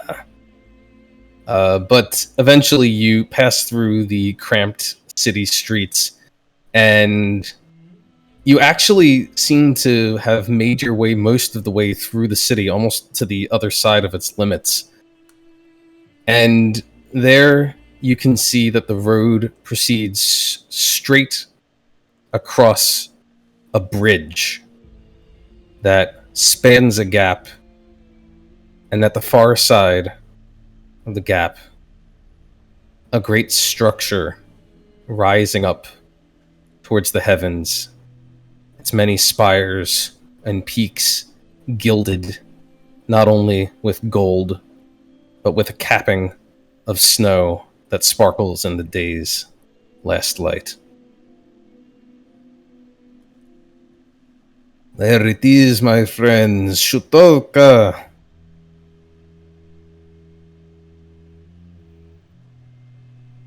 Now tell me you have seen something like that before, huh? Tell me you've seen anything like that before. Well, This is the grandeur of the Fey Queen. her legs must look fantastic. I cannot imagine the amount of stairs in that building. It's a little gray right now, I'm not going to lie. There's better time to see it. Maybe in the morning. Does it get shorter in the morning? No. I hope they got some kind of lift in there. Is this where they keep the teleportation circle? Because that's the only reason I'm here. Yeah, well, I thought we made it clear. There is no teleportation permitted inside the realm of the Fey Queen. There are no circles. What are you talking about? The only circle is in Minavir. That is why we have made such a long journey. I've seen at Oh, least like yes, 70 you were- circles since we've been here. What are you talking? On all the words and shop windows. Don't No, tell me there's no circles in the teleportation You're the circles. best There's friend. no teleportation circle. This is preposterous. I forgot you were passed out by the time we were explaining that. Why does the Fey Queen hate basic shapes so much? Ryland. I don't even know what to call those things on the roof. It's not a The- circle. It's not an they're, oval. this is It's going too to be fat fun. bottom to be a pier. Oh, we are all going to. I know plenty of things shaped like that. Yeah, I mean, think of one. If we try very hard, we could be accepted as our new court jesters, perhaps. You know, Kat, she I doesn't think you kill were us. just way too concerned about how this meeting's gonna go. I am I still very haven't concerned. met anyone who just doesn't love me.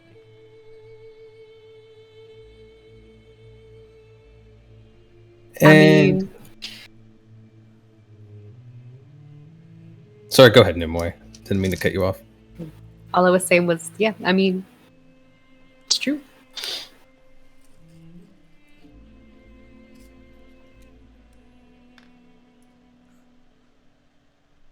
All right. Don't look. Don't give me that look, Ryland. Ryland's just staring at Stop looking at me, Ryland.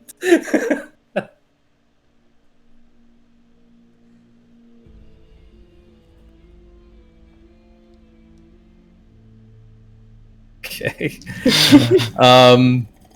As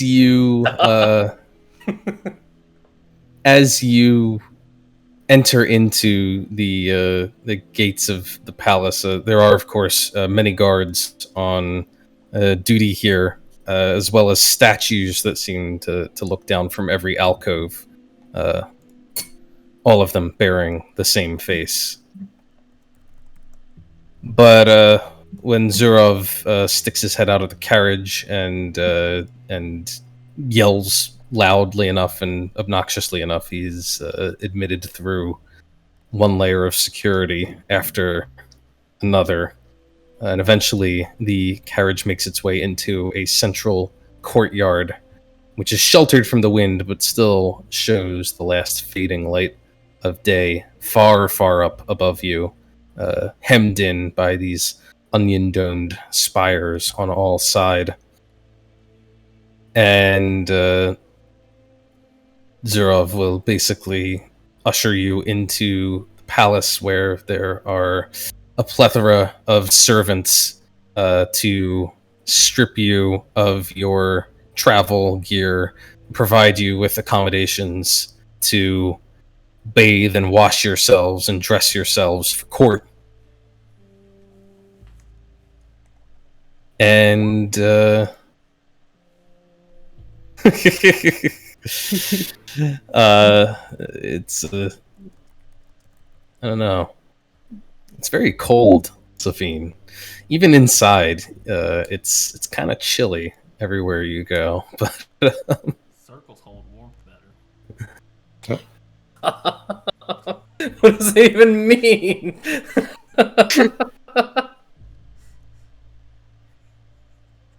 But eventually, after making yourselves ready, Zhurov urging you all to dress in your best, looking perhaps disappointed when he realizes what your best is, each of you, except for Safine. He's probably actually okay with what Safine's wearing. It's like, I'm on Google right now. He's like, she's actually, I think, going to be, she's going to get the kick out of that. I like that. That's genius. Ryland, I thought you had anything else, like anything. Never mind. Fine.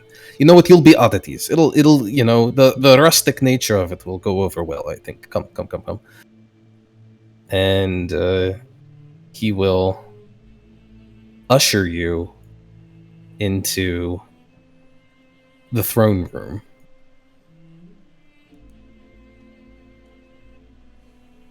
You see that as darkness has settled in here at the Shutovka Palace, there are many torches which spring to life on the walls everywhere, bathing the place in cool blue tones.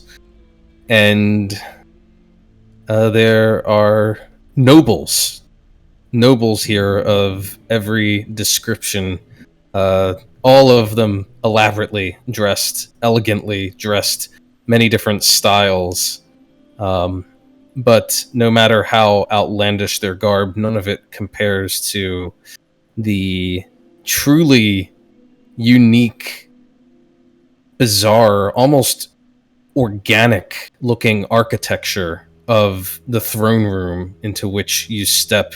You see that there are great columns of marble sculpted almost to look like jets of water that are gilded with silver and gold so that they sparkle and foam. Statues that are flawless replicas of various wild and noble beasts, especially horses and unicorns, which decorate every square inch of the place. And at the far end of the room, a great staircase that rises up to a dais where stands a single chair. Behind it, a framed portrait of a dark-haired man, a dark-haired woman at his side, and a young blonde girl at their feet. The throne room Somebody call Mari.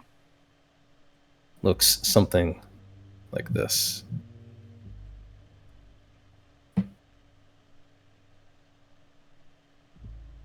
Oh my god. Wow. Someone should tell the Fey Queen that the base of those columns are circles. And it is filled with the nobles, as I said, of every description. As you make your way up the central sort of carpet here leading directly up to the staircase, you see all manner of folk kind of mumbling and talking, pointing as you approach. Zhurov, proudly, the smirk on his face, leads the way. And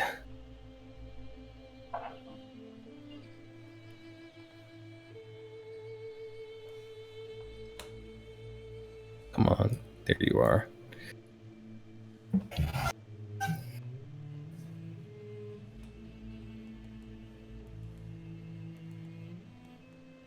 He kind of pushes his way with a lot of you all the way up to the foot of the staircase.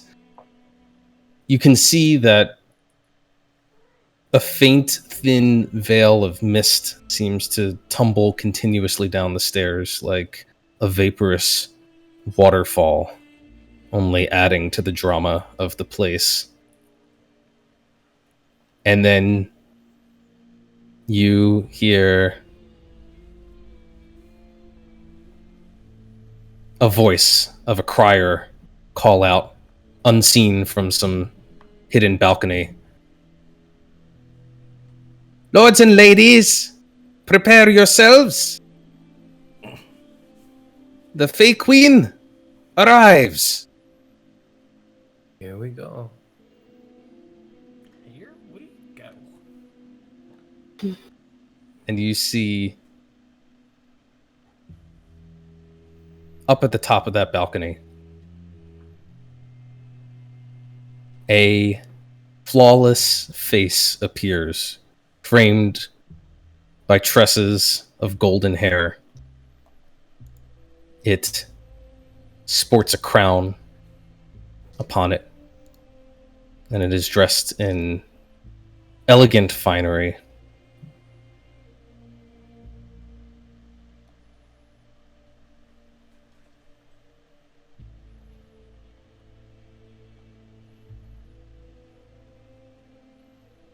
She makes her way, seeming to glide down the staircase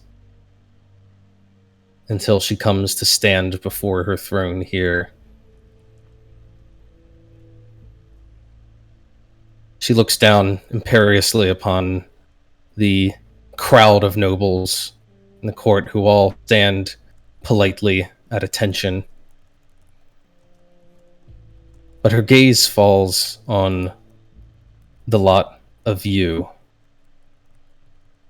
And Zhurov does a deep, deep bow, practically touching his forehead to the marble floor as he dips one leg way back.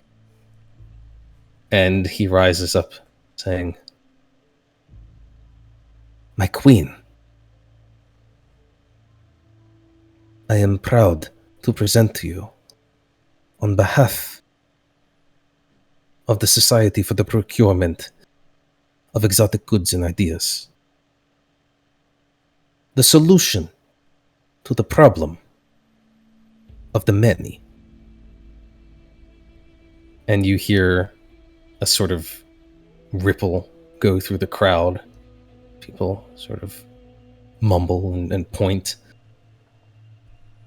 Zhurov then goes on to introduce each of you in turn and to list some of your accomplishments.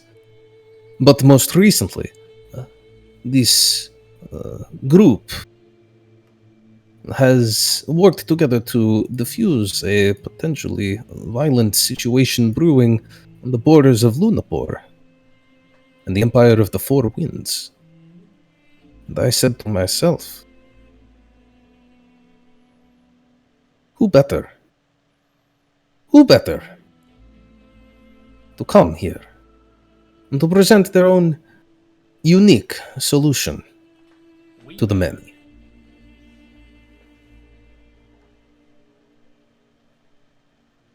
The Fey Queen kind of raises one single, slender, perfect hand, long, straight fingers. And he falls to silence. And then she simply turns her gaze upon the group of you and waits.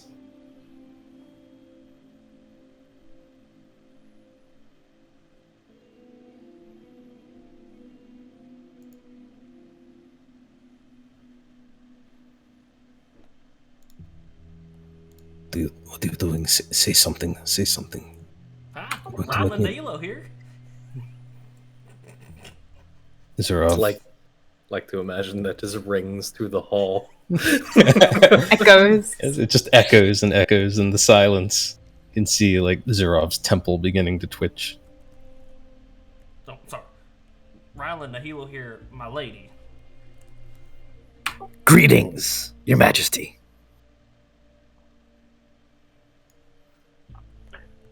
It's a pleasure to be invited into such a beautiful, wonderful place. I am gracious of you hosting us. And I bow. Not as deep as the bootlicker. Yeah, we have to bow. I'll bow too. I'll do that. Nimue would bow. Yeah. Cat bows. Well, I'll And, go back to be very shallow. Yeah. Oh, you're Cat such a rebel, man. You're such a rebel. Cat bows and she just generally says, as my family has served the Fey Queen, I do so now. Bows her head.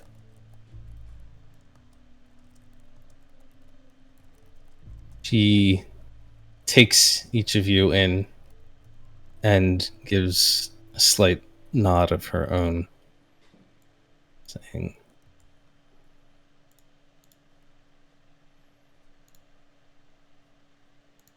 I am curious to hear what solutions you might suggest to me to resolve the issue of the many. You must know by now that I wield incredible power within my realm. Surely you have seen how I watch you. And I have seen how you behave in turn. So I wonder, what is it that you offer to me? What is it that makes you different from these sycophants that surround me?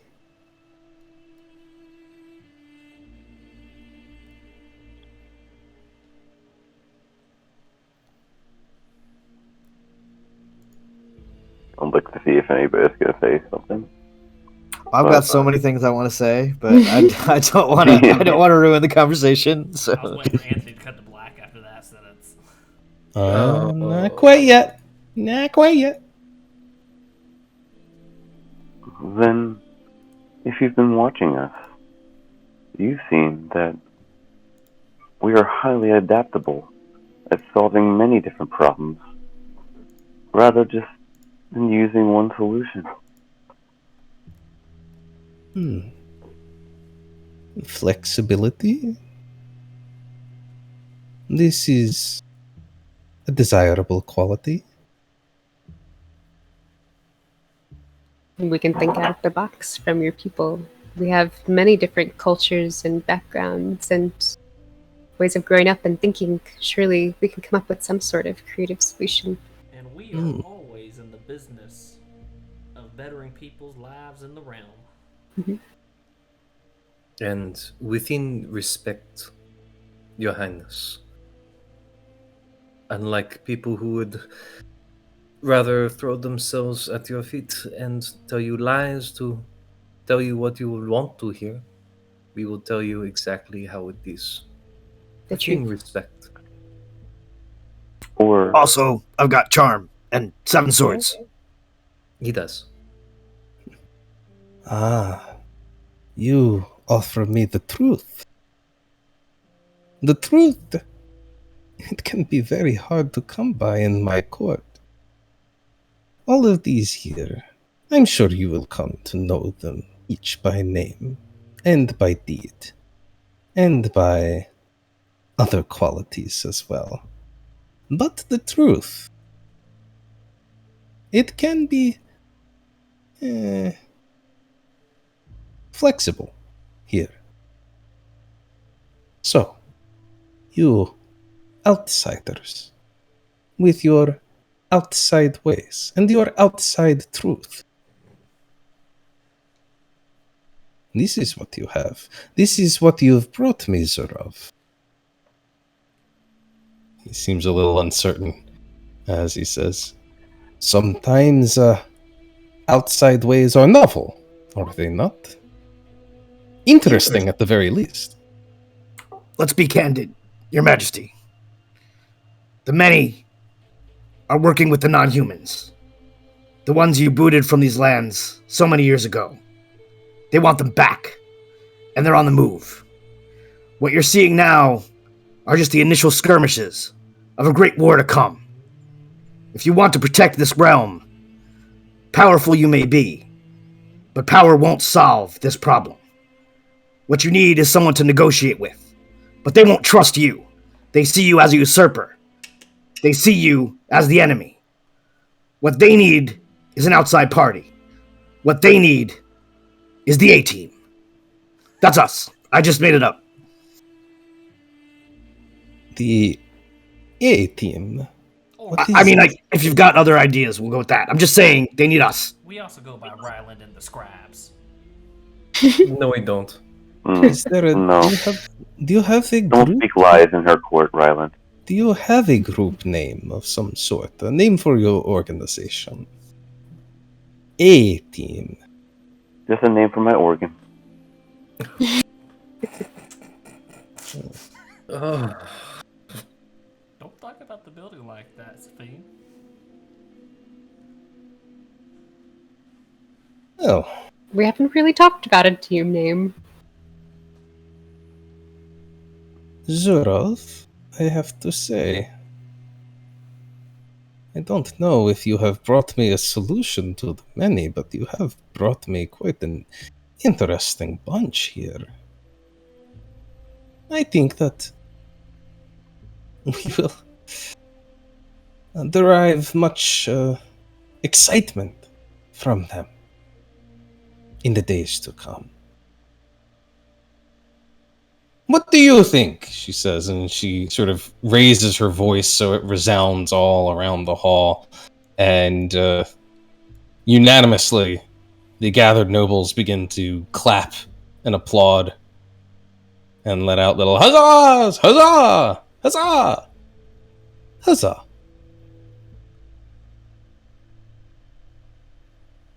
Look, our minions are quite the same. As they're all cheering, the rear door of the throne room suddenly bursts open, and you see a column of soldiers begin marching along the way.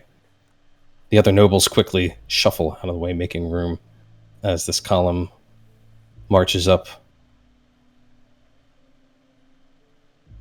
Get out of the way. Get out. Zhurov gets out of the way. And this man here brushes right past you all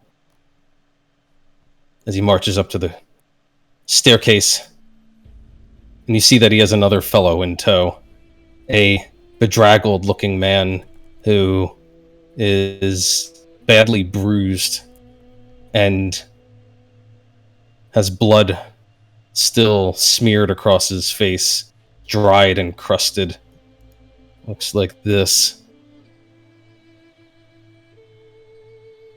And the man leading him calls out, "Out of the way! Out of the way! Move! Make way! My queen! My queen!" He does another deep bow and then sort of yanks this other guy forward and down to his knees. "I present to you the leader of these revolutionaries, the one who calls himself the head of the many." And the audience goes quiet, whispering once again. The Fey Queen steps down the staircase, 1 foot at a time, delicately seeming to drift all the way to the bottom of the stairs. She shows no fear of this man on the ground before her. This officer type steps out of the way. She comes up, looks down into the beaten and bruised face before her.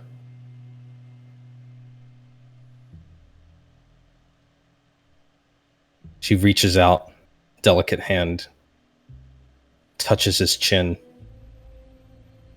lifts it, and you notice she lifts it rather firmly, kind of yanking his head up so she can look into his one good eye. And she says, "Ah, so you are the source of our recent troubles. What have you say to all of the best here? The best that the Zardstal has to offer. You bottom feeder. You rat. Who chews and gnaws at the heels of your betters. What have you to say with your final words?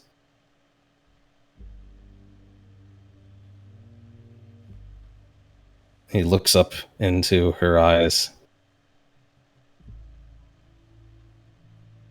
And he spits blood and saliva into her perfect face and says, "For the many."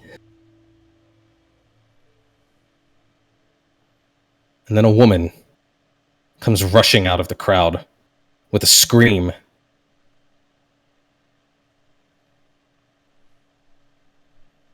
She charges forward, and you see that she has a dagger in her hand. Swiftly and efficiently, she steps up and shoves it into the gut of the man on the ground. She draws the blade and sticks it in him again and again.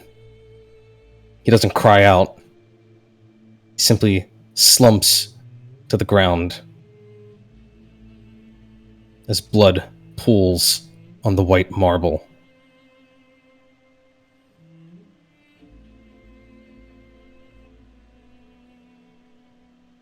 The Fey Queen looks rather disgusted as she wipes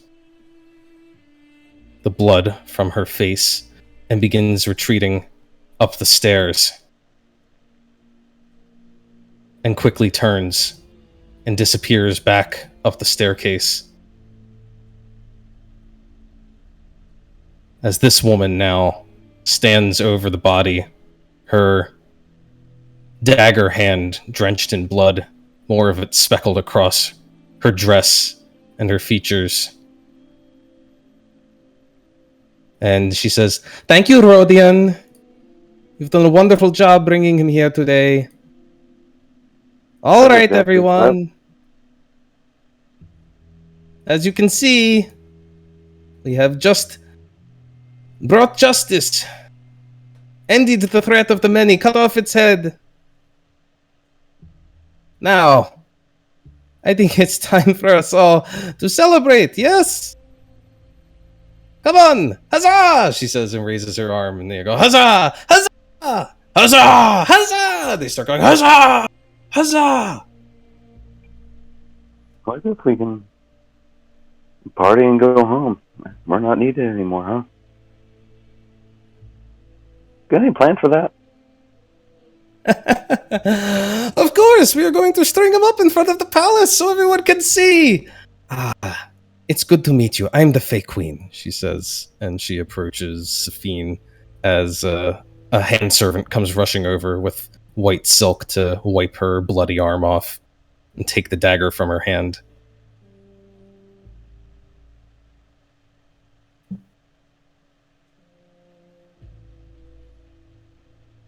I heard tell of aspects, but I was not quite imagining this.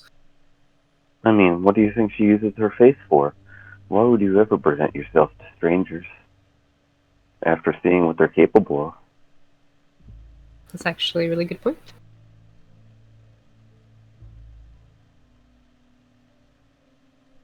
I liked the other one. Nah, she's stodgy. You're going to like me much better, I promise. Come, come. You know, it's a shame that we don't have a problem for you to solve anymore, but maybe you can enjoy your time at court a little bit. There's so many people for you to meet, and so much partying. Do you like games? Love them. Yes. I'm sure there's a lot we could learn about your court. Your people. Excellent. I'm so excited. I'm so excited. It's so rare that we get interesting visitors around here. I can't wait. Come. You have to meet everyone. Here, this is Mulushko, Bagrak, and here we have... Mushy, Buggy. Trindina, Maria, Zarakovna, and here is Marlin Eriknev. He is from the east, she says, raising her eyebrows. And over here, the venerable Uldana Tarseva and Vandarov Indirovich and Albina. How could I forget? My best friend. Come here, Albina. Come meet these folk. Yes, get out. Albina, say hello. Albina does a curtsy. Yes, and there's so many others. Come. I'm going to show you all. There's so many names. Zandos, Gariev, and she's going to go on and on as she begins leading you on a whirlwind of introductions to all the nobles of court. All the while, the man on the ground, still pooling blood around him, as a couple of guards finally come to grab him by his feet and drag him away. A red smear through the court of the Fey Queen.